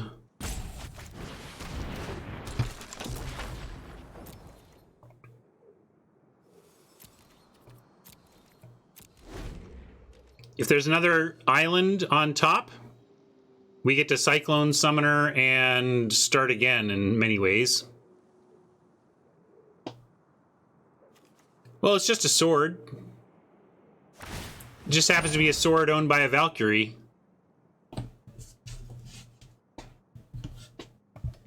See, Rob, swords, they don't just have wings, they don't fly. It's just it's a weapon. It's kind of a piece of metal, Rob. Metal is not very floaty unless you really get those wings right.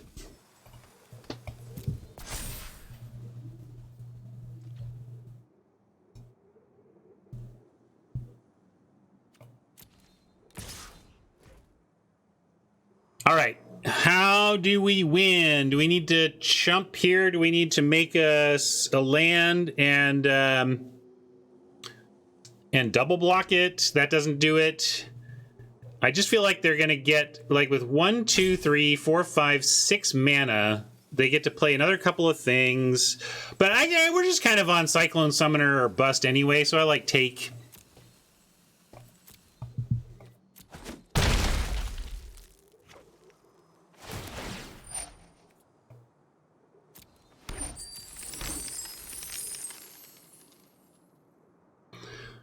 But we're very much hoping for an island here. Maybe we'll get the demon and we'll go look for island and snow island. That would be so sweet. Can't stroke that for many reasons.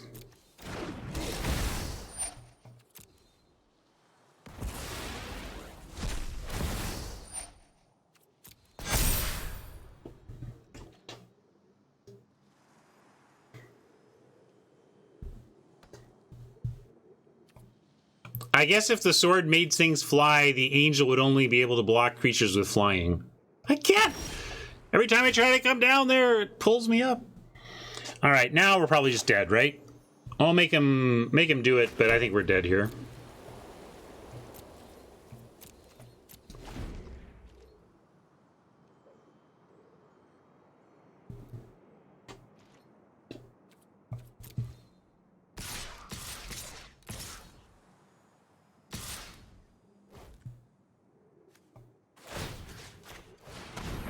Let's throw some blocks around and see what happens.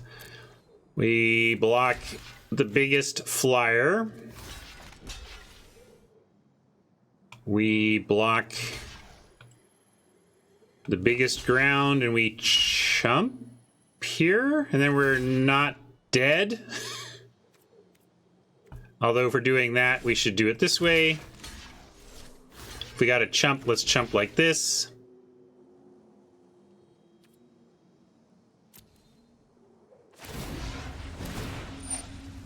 Oh, frenzy activation. Well played, Oppo. That's GG.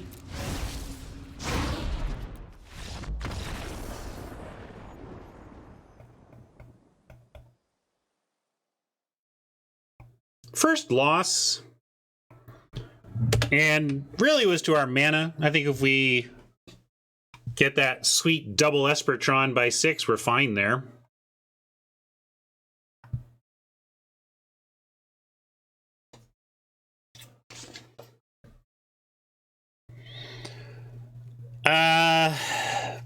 I didn't think they did vehicles right, but I do think you need vehicles, Jim, or you need to accept that you screwed up vehicles and they shouldn't even be in Magic. Like, if you do a Viking set and decide that vehicles are too not fun or not good or whatever to even include, then what, you know, what's going on here? Because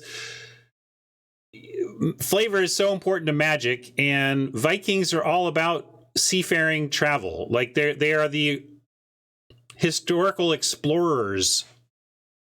Cosima, right? I mean, like, I think, yes, you're right, Jim, that you could represent the traveling nature of the Vikings without having vehicles. Certainly, Magic managed to convey travel on Magic cards without vehicles for decades, or a decade plus. So it's not like without this tool, we cannot get the job done. However, you've gone and made this tool. You've said, here's how we're going to do buildings in our game. Or sorry, here's how we're going to do vehicles in our game. How, you know, just like we had equipment to finally do swords right in our game, we're now going to do travel right in our game. The trouble is, it's not a great mechanic. I just feel like ultimately vehicles missed a little bit, and now Wizards is saddled with them as the way they've chosen to move forward on representing travel in the game, representing our vehicles. So I don't know. I think you got to try. I think one of the reasons vehicles suffer is for the same reason that all non-colored, colorless artifacts, how the design of colorless artifacts suffer. I've talked about that a lot. The challenge of designing artifacts. That when your whole game is limited by your color pie, you've made this whole system by which to grant powers to some players but not to others through the color pie. If you make a class of cards that ignores your whole valve for power gating, you're in a spot where your artifact designs are either going to be bad and nobody wants them, or amazing and everybody wants them. There's some middle ground, and you can make artifacts that do very synergistic specific things, so that even though they can go into any color of deck, they're not going to go into any kind of deck. But the trouble with equipment and vehicles is it's so generic, it's so baseline. This is the weapons you hold, this is the stuff you ride around in, that it almost has to be not synergistic and has to be generic stuff. And then but then that worked though, right? So I was going to get to, so Chariot, colored artifacts I think are the way to do it. I wish they would make more vehicles colored at low rarity. I think the idea is that they want Marshall asked on limited resources why are they in the set? What's the job? And part of it is playable cards in a train wreck situation. Like nobody likes the carve, right, that I was joking about that we have 3 of in our pool. The crew 4/4/4, when it attacks, you can see if you have a land to play. It's like you can run that, so basically these vehicles end up being fodder for limited for people whose decks didn't go the way they want, and you do need that stuff. I've talked about that before as well, that part of the problem of Magic's historical limited is that there's too much unplayableness in the packs. Mark Rosewater used to really justify bad cards in Magic for a lot of different reasons, but they were too bad. And Wizards has learned that lesson, and now there's a lot more playables in packs. So they are there to be bad late picks that help you salvage something out of a draft gone wrong. And that's the role of cards like that can help anybody. That's the colorlessness of them. Really medium colorless stuff that is there to help people in all colors, but it can never be that great.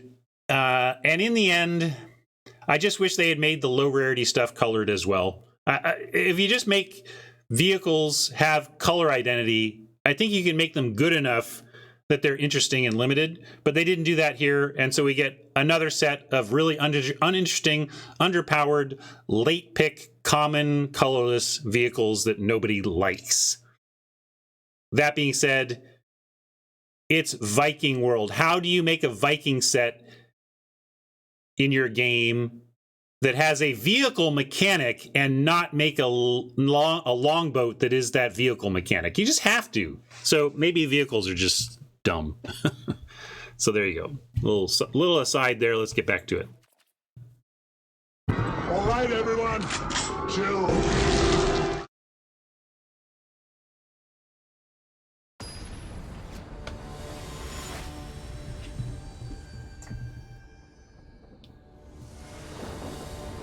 Yeah, that's another thing that's going on there, as Hat points out. If you put a color on to a longboat, you're suggesting that it is a color-specific vehicle, whereas Viking Land, everybody can use them, of course, but you can still do it if for the sake of gameplay. I'm gonna keep this. All you have to do is flavor up the longboat,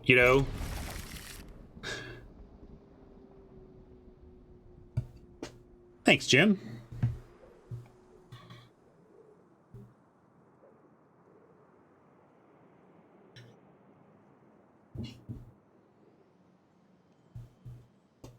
The lore behind the cat vehicle. I don't know what the lore is, but the reason behind it is people love cats. I'm gonna play the land that must enter tapped and has no choices to make, and we can make a choice later on this one after we see what we're drawing with things like that, So I'm gonna, especially with the Behold, I'm gonna go ahead and play the island and Behold. If we don't find a natural source of white, we probably need to put this on white no matter what, because right now we need double white. But if we do draw a plains, then the Behold, we drew a plains, and now the Behold might tell us something differently about what to do with this. But we are going to Behold main phase. Well, actually, we can hold up the stroke, given that they did this, and that we're not going to be able to play anything. I like Veil on white, hold Behold / stroke.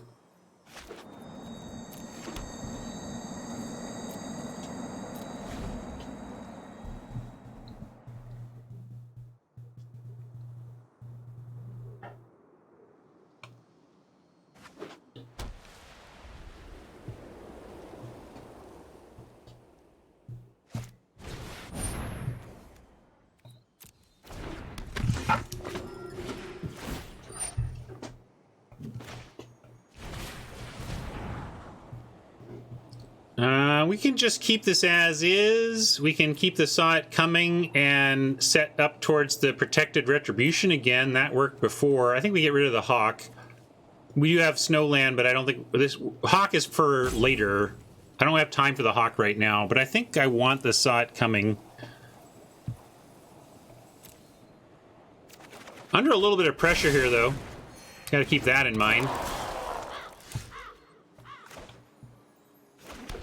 So we can just drop the Angel and make them have it. I expect, again, that they do. We talked about, saw it coming ahead of that. We can just drop a Faithful, and I kind of like Foretell saw it coming. Then we have Stroke saw it coming and counter something of theirs, and then play Faithful on defense.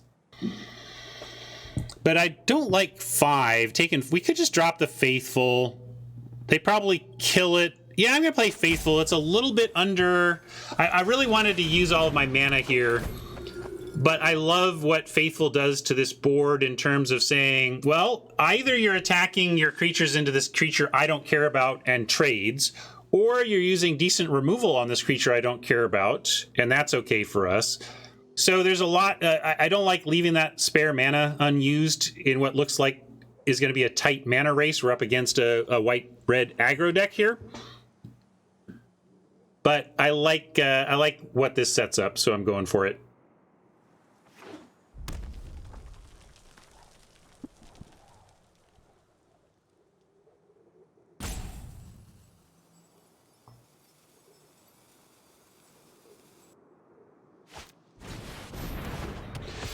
Well, you can hold up Stroke when there's stuff in exile. You know, if something has been foretold, Stroke can be useful on a 2-mana Oppo. We'll play, I guess, another Swamp out here. Diversify to the extent that we can.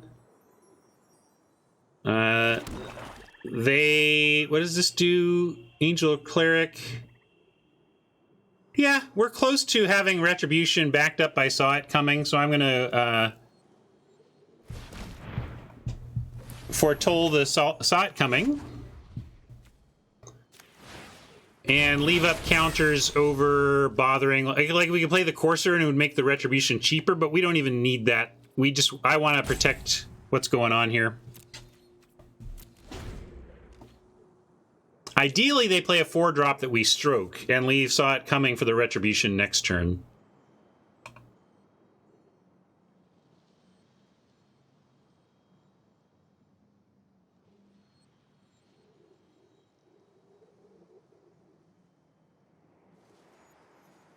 No, it doesn't. I think you're thinking of something else.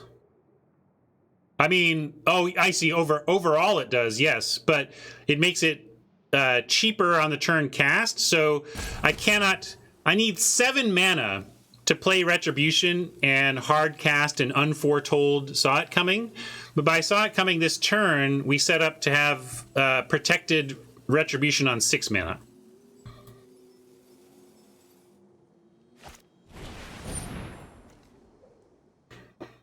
So they're going for Sword. We can't counter that with Disdainful Stroke. And I'm not willing to counter it with the Saw It Coming. Although, yeah, I'm not. I think we just are happy to play out the other one. Although it does make their Angel Ape... Still got to let that happen, too.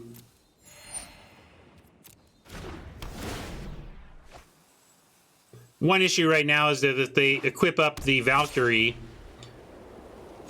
our 4/4 loses to their equipped creature, but I still didn't feel like I could use the counter spell on that. We'll maybe get a Jarl kill combined with the Courser or something like that. But I'm going to go with the plan here and protect our Retribution.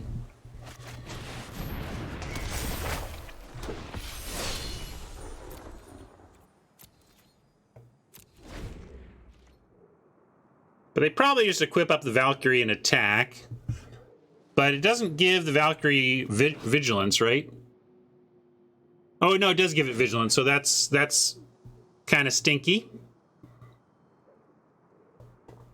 But we can do something like the sword says vigilance. Oh, the token gets vigilance. Sorry. Yeah, the token gets vigilance. Never mind. I saw vigilance on the card and thought that it was about the equipped creature.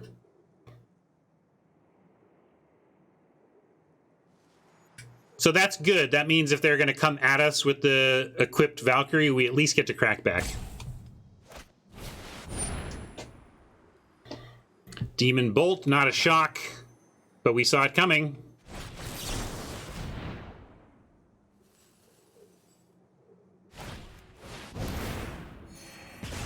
You can only do so much. But it's okay, we're now on the... Well, now we're on the... We had the Burning Rune Demon plan, of course, but I like the... Is there anything we can get to bounce this?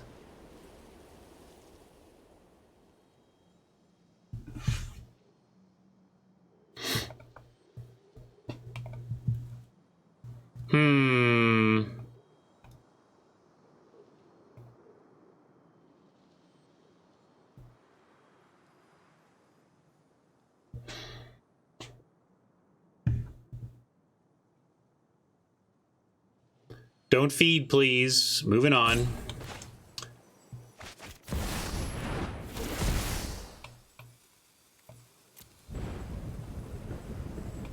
Shadow.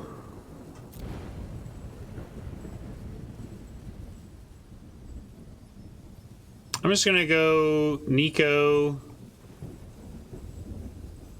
Collar? Wait, do we have snow?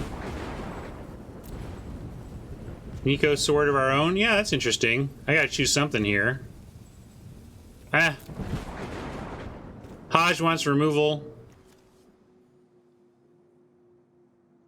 I guess I had an hourglass. I could have thought that through more. I didn't have a good plan there with that demon. When I have demons in my deck, I should really think through what our packages are, you know?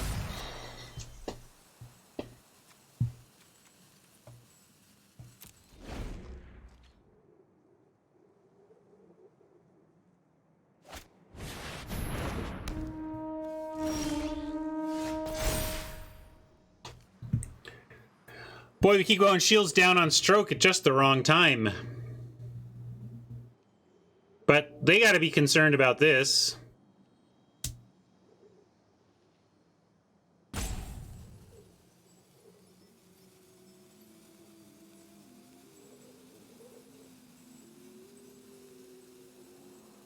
Why do we need to Nico? Why do we think that's the...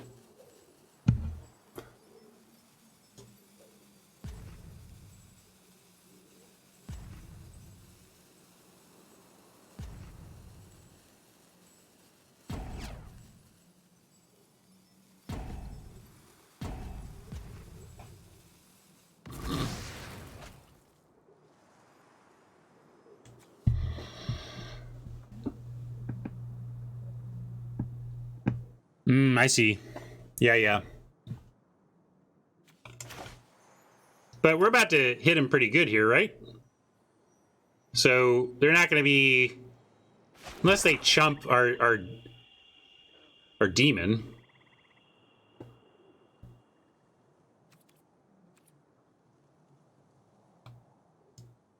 Yeah, I see.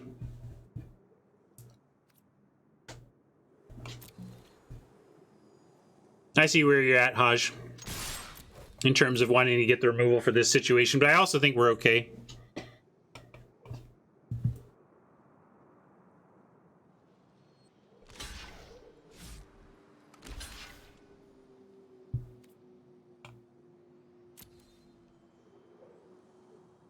Kind of damned if they do, damned if they don't. They either drop the thing that gets them... They either chump the thing that cares about the 27, or they get way far away from 27.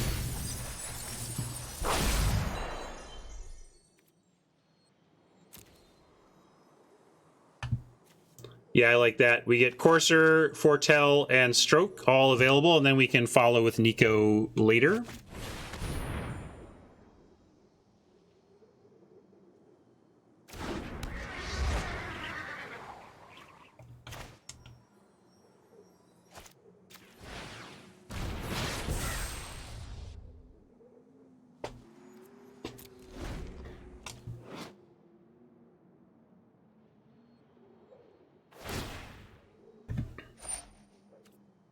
Powerful card here in the Horn. We're trying to beat the Horn's Value Town. Nice couple of draws there. And neither of these are strokeable, even though they're going to spend a ton of mana, because the thing happens on ETB, not on... It's not like a 6-mana spell, right? We have Jarl. We'll probably bring Jarl out. Oh, they're just casting it for no creatures, huh? I think that's probably good for us with the Jarl. Now we're going to hold the Jarl to surprise their blocks. Oh, I see. Yeah. They can't just sit there forever. I thought they had the mana to do one, though. Didn't they decline to make a creature for the hammer?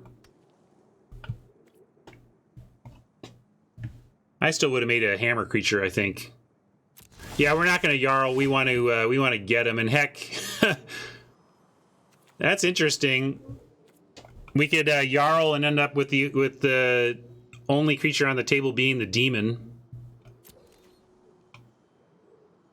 But we're going to start with the double swing in the air.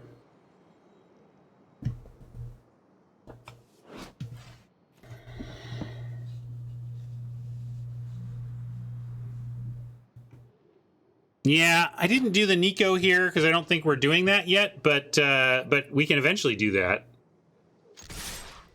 I'm going to start here, though. See what they want to do.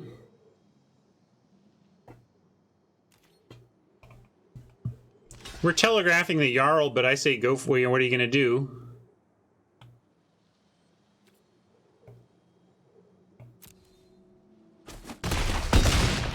I mean, if they're just going to give us the Valkyrie here, we're going to take it.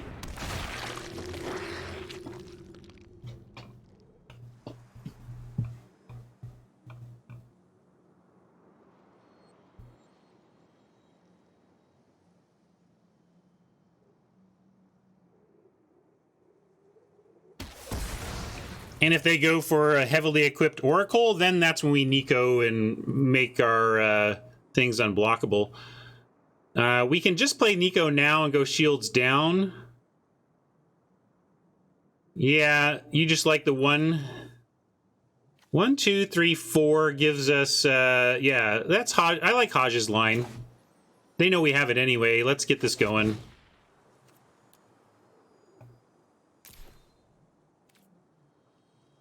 Auto pay looks good.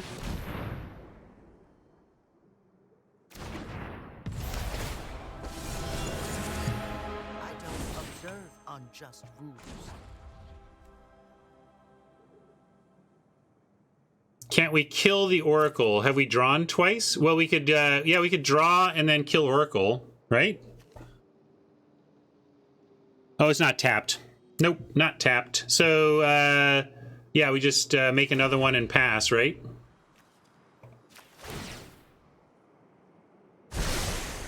Gotta prepare for the next throw.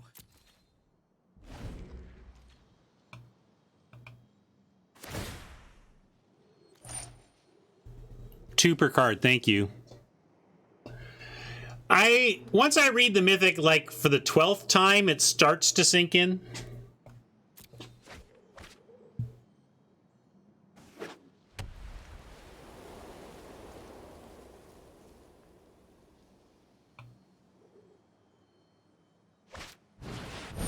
Ah, well, they're going to get our Planeswalker, but that's all right.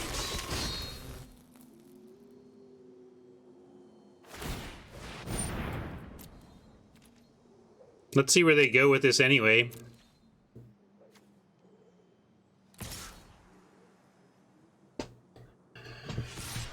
And what do we want to do? Oh, what are they doing? Oh, they're going to the race. What do you want to do, Oppo? I think you got to kill the Planeswalker, Oppo. But if they're coming at our face here...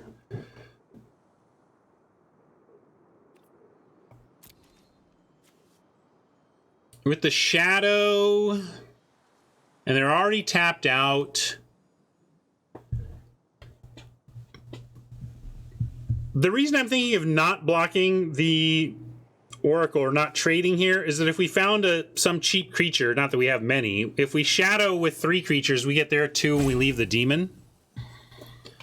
Yeah, I like take it all.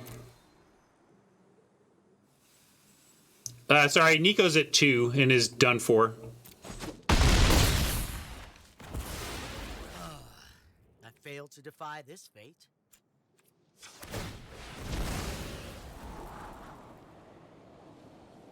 Keeping that. Avalanche Caller is gas.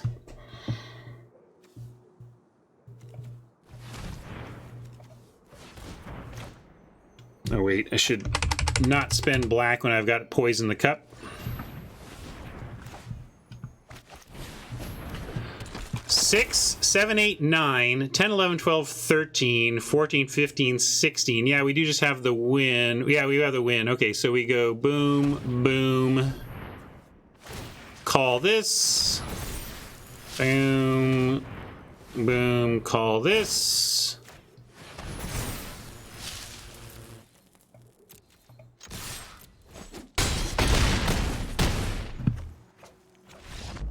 Avalanche calling.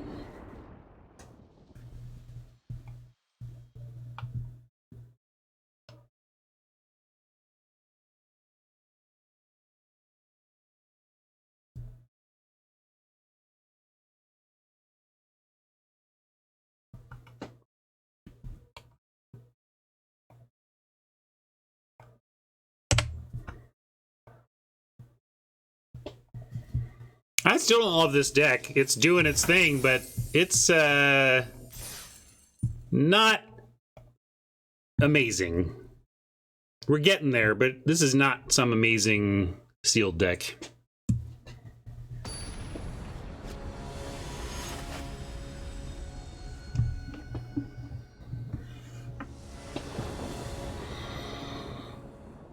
That's a lot of blue, and all we can do with it is cast some Disdainful Strokes. We got to mulligan this. And now it looks like a completely different deck has been swapped for the other one. And we're going to keep. In this case, I think we pitched the Rune and just look to get super control-y here until we drop the Retribution.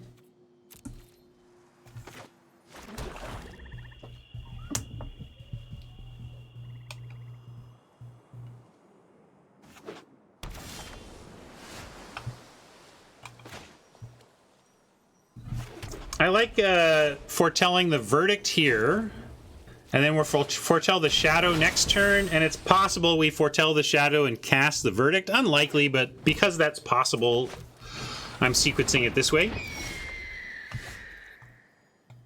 I don't know if we're good as the record says, but our record is 4-1. Oh, that's a Bill Parcells quote. Gotcha.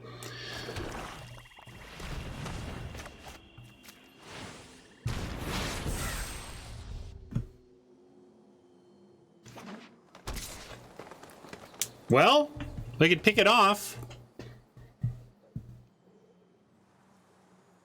What do you think? Now we're telegraphed. I guess we want to get 2 things with Shadow, and 2 things would be better than this thing, so sure. Low Dash thinks Verdict seems greedy.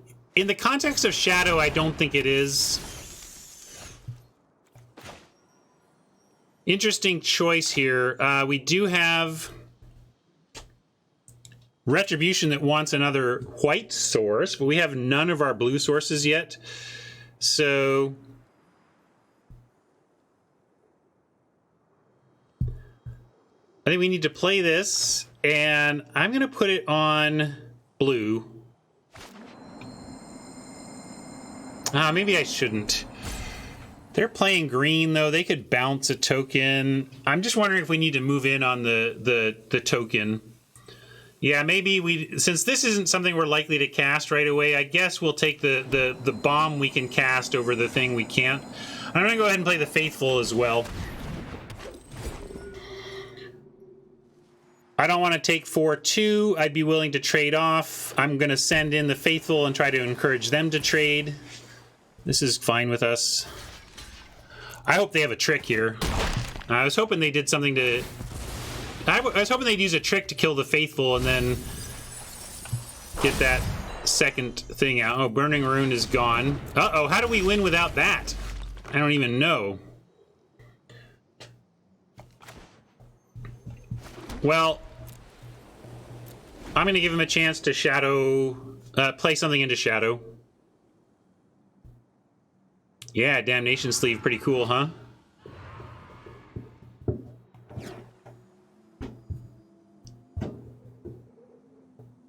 What do you want instead, Radiant Wear? And what, like, we're just a defensive deck. It's been actually good so far. Like, this has done its job throughout the event so far, I would say. It's certainly not, yeah, but the mill is whatever. We can't worry about mill.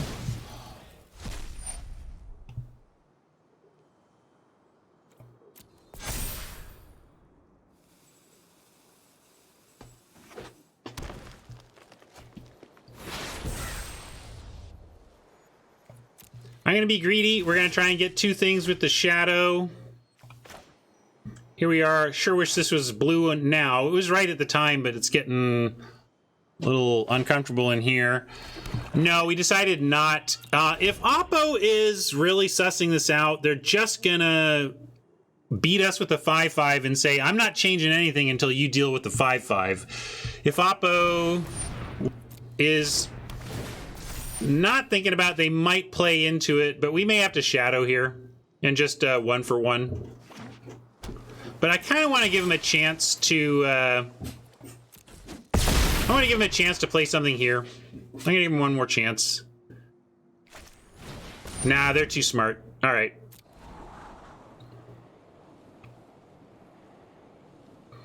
Yeah, I guess if I was gonna do it, I should have done it with Rune on the stack. So I'm gonna call that a mistake. Looking back all through it, I'm being too greedy and hoping that Oppo is going to misplay here, and I should have just fired it off. I'm not going to further hurt myself, though. I'm going to do it now. You say one more turn won't hurt? I don't know. I think it will. I think it hurts a lot. And they're showing that they're just not going to do it. I just don't... What are they going to do? Play a creature before combat and then attack? That doesn't seem realistic. And now we got to play this. The stroke is not up, unfortunately. This is on white. And I know we might not get value out of Chapter 2. Like, yeah, maybe I was supposed to hold that too. I don't know. This game is full of a lot of maybes, so I can't possibly have played this super well.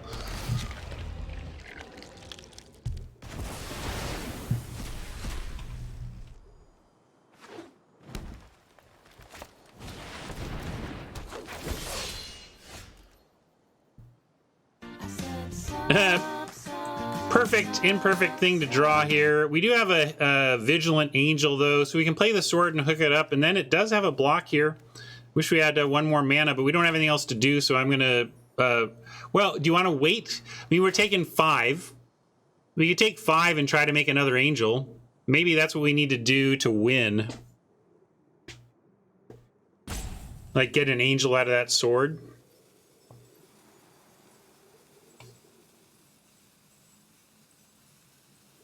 All y'all wanting to cast blue spells, I got such bad news for you.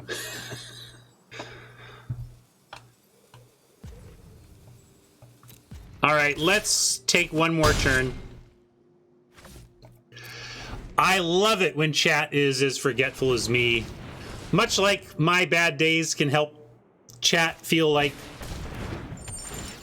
better because they see competent players having a rough time of it. So maybe it goes both ways. Goes both ways. Whew! The bad news is that Shimmerdrift Veil is on white, not on blue. We do not have blue mana.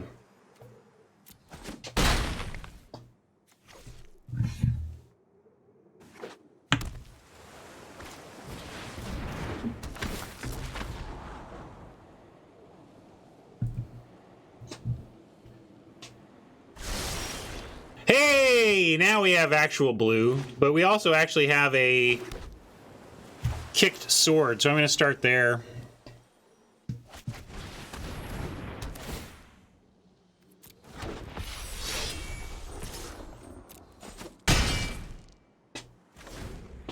Sadly, it's only a trade with the Outrider, but it's a trade.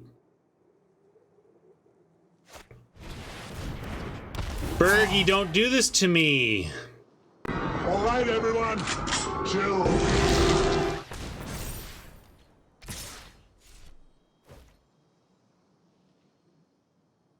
Looking bad for the home team again, gang. I don't think we're going to pick this one up. We don't have any trades here, so I can't bring myself to just chump. But going to 2 doesn't give us any answers for next turn. So I'm not sure what we draw. We don't have a Wrath effect. We've used our Quasi-Sweeper. We got to take it, but I don't know how we win from here. I think we've lost, is what I'm saying. I don't think we have a win anymore. No plan in the deck here. Even our buddy Avalanche Caller can't get it done. We can get in an attack for 8.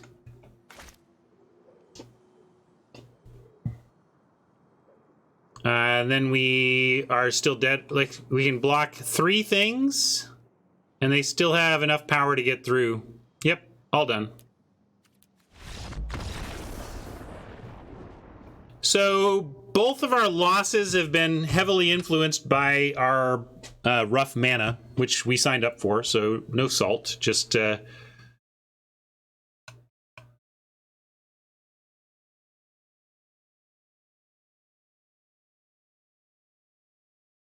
accepting the risks we have taken.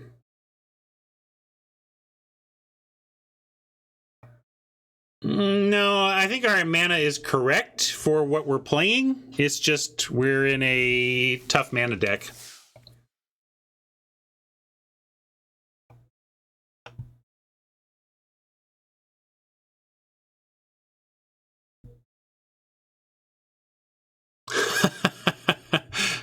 That is funny, Fantasia. Fantasia referring to the blue-green mythic that spits out serpents, and it's like the only thing that makes serpents. So talk about your harbinger of doom. When is Bloodline a harbinger? When you name serpent.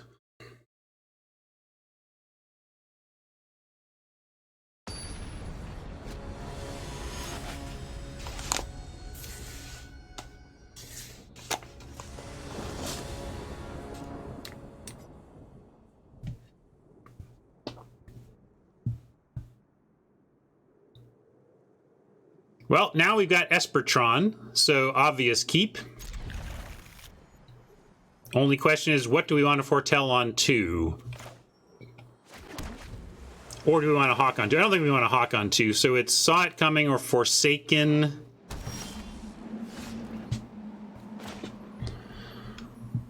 I'm going to go with the Jarl. I don't think we're going to counter anything anytime soon. I kind of want to do the Saw It Coming, protecting something again.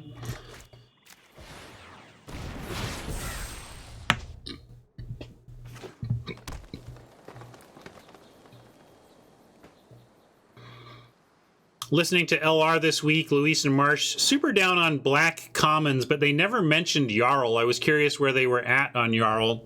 I know that black's commons are pretty bad relative to what the other colors have going on, but I thought Jarl was one of the better ones, and they didn't even bring it up.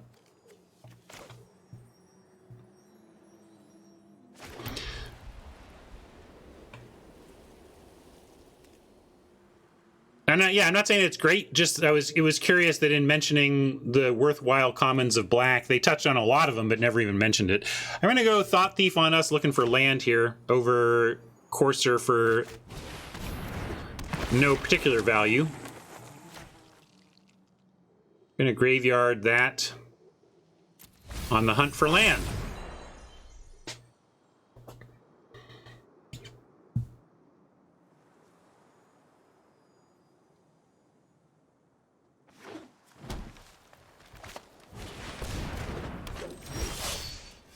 Or maybe an elf cleric, or I don't know. They're trying to cover a lot of different tribal support here, so I get it. Well, they're not going to block there, so we're going to start with an attack. And then maybe just the Pilfering Hawk. Or maybe Foretell Saw It Coming now and have Jarl and Foretell.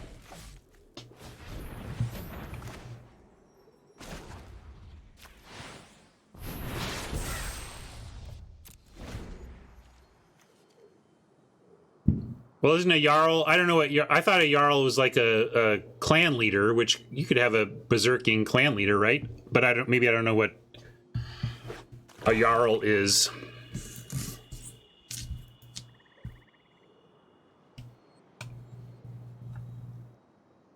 This is a noble.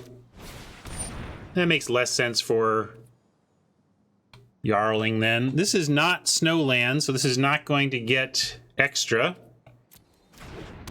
We're going to say go for it, and maybe they'll go for the attack, in which case we'll go for the Jarl block. Yep, I'm going to try this.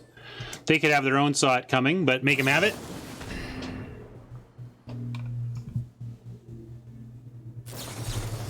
Ah, stroke. There you go.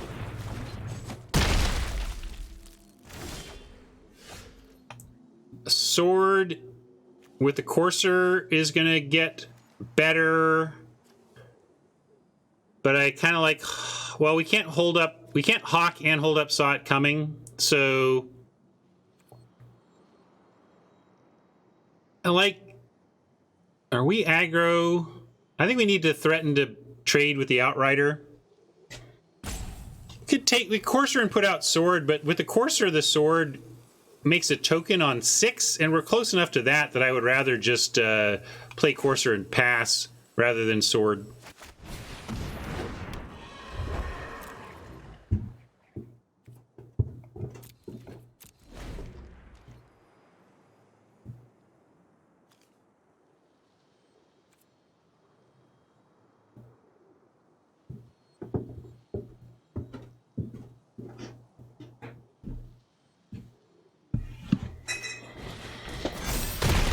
Oh, the struggle.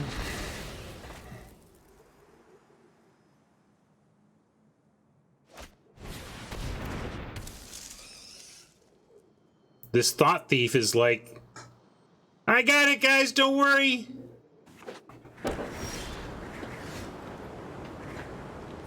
Now I'm gonna, well, we could just behold looking for land right now. But I like, I think I like foretelling the behold and then having saw it coming or behold at the end of next turn.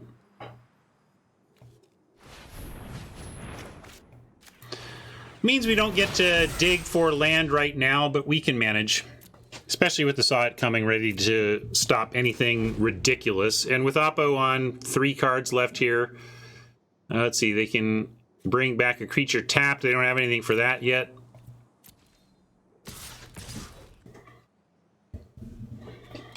Gotta try and trade here and just take the Outrider, though.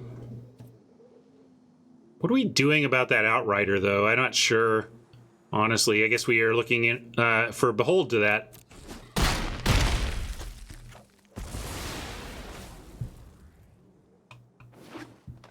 Poison, yep, let's look for it. We need something. Nico, I don't even think necessarily gets it done here, and we want the land.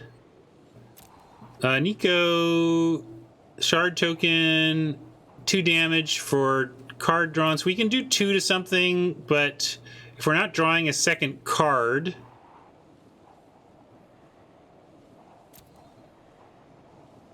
We could keep it and try to draw a second card via the Hawk. Like Hawk plus loot equals Nico kills.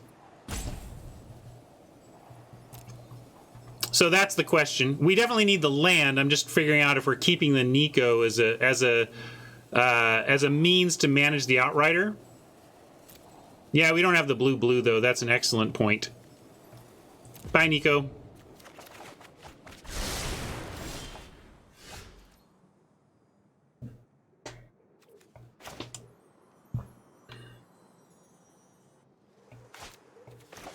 Well, we could play the sword early. The sword is now 3 turns away minimum. So there's an argument for sword, rune, or sword, wait, sword, hawk, and then, no, sword, rune. I want to keep up the saw it coming is the thing, right? But I guess maybe we can't.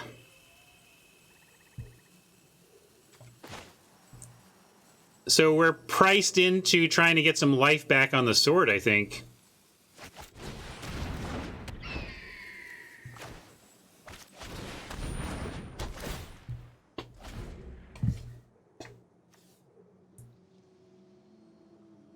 It's going to become a 3/3 lifelink. Yeah, we do have demon next turn. That's going to be the real deal, right? Maybe I could have saved the sword given that.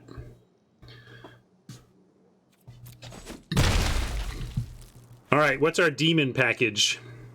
What do we need here? We need removal. We could go for the 2 removal here.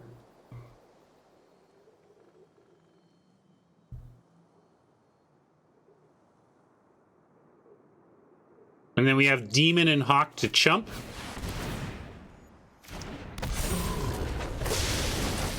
Well, now we just need a chump. Now we need a chump for the summoner.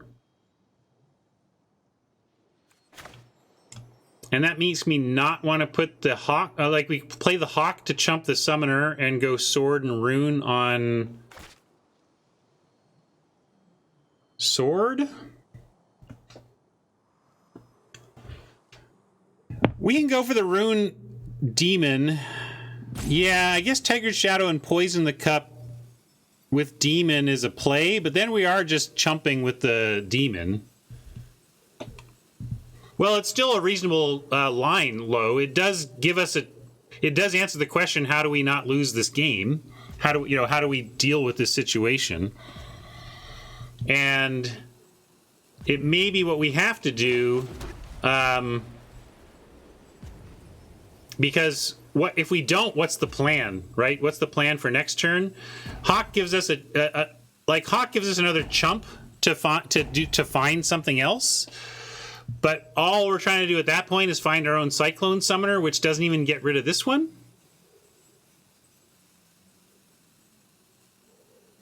What do you mean Shadow? Oh, Shadow doesn't work because they're going to play an Outrider. Yeah.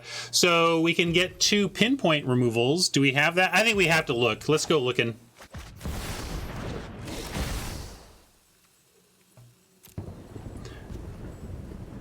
So we take Poison is the 1, and then Verdict, Shadow, Wither Crown's the other.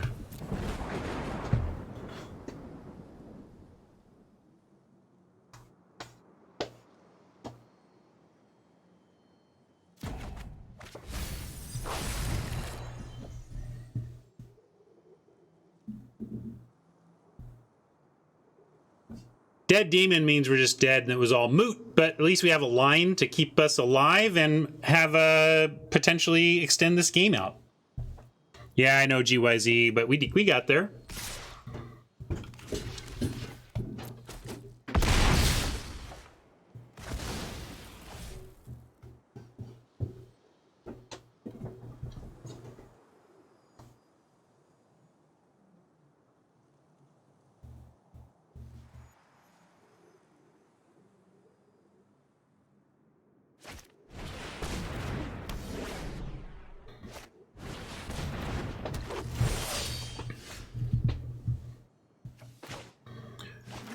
Well, if there's one thing we know, it's this. Want to keep the Sot coming, but don't have the luxury. We need to get a creature. So I'm playing the Hawk.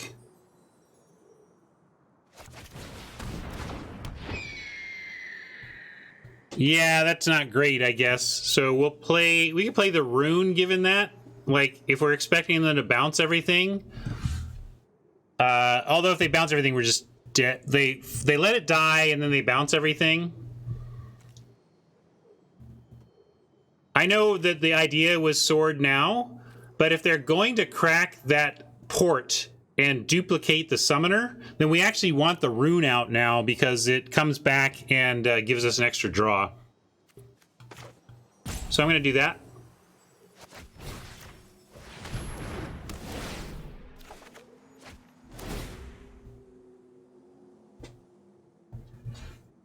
Oh, that's a good point. I should read the card. I don't like looking at cards, though, because then Oppo knows I'm looking. But good call. So it doesn't bounce if they do that trick.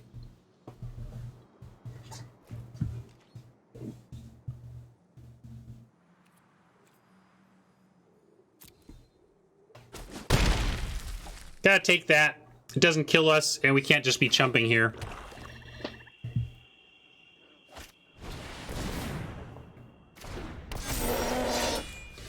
We Nico the 3-2, but Svella is super scurry.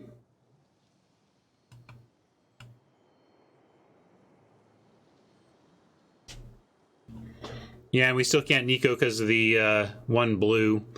Kind of looks pretty grim. I guess we've got sword and make a thing, but that's all we got. Which means we're just dead. We do have, we're at a virtual 3 with our rune.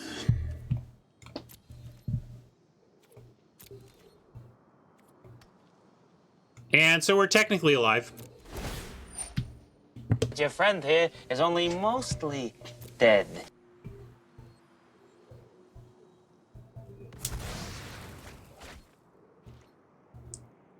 Well, sure. They get to cast stuff for free off Svella, but you know, we're technically alive is all I'm saying. Technically. We will be doing our other sealed deck soon.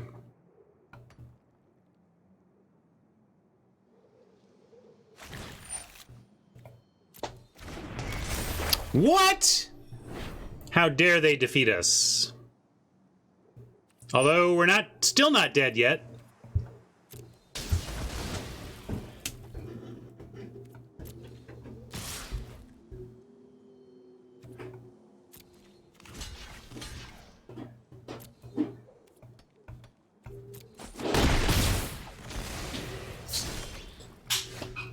Did I even have the snow to loot?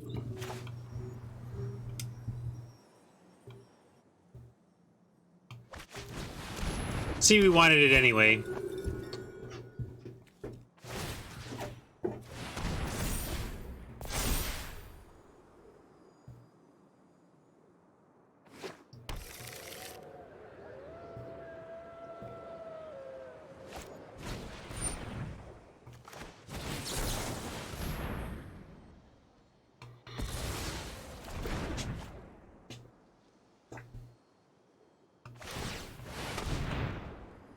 You know my philosophy, though. Never loot.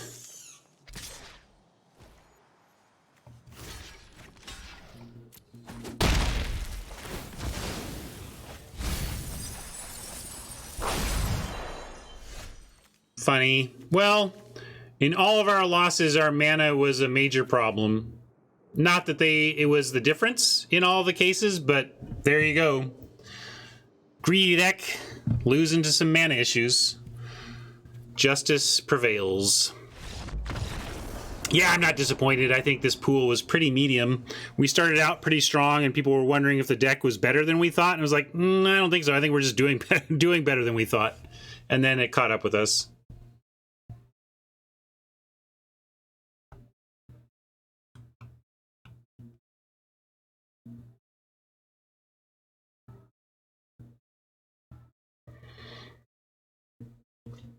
Hurry up, Arena. How am I supposed to wrap this up if you don't take me to the home screen? Come on.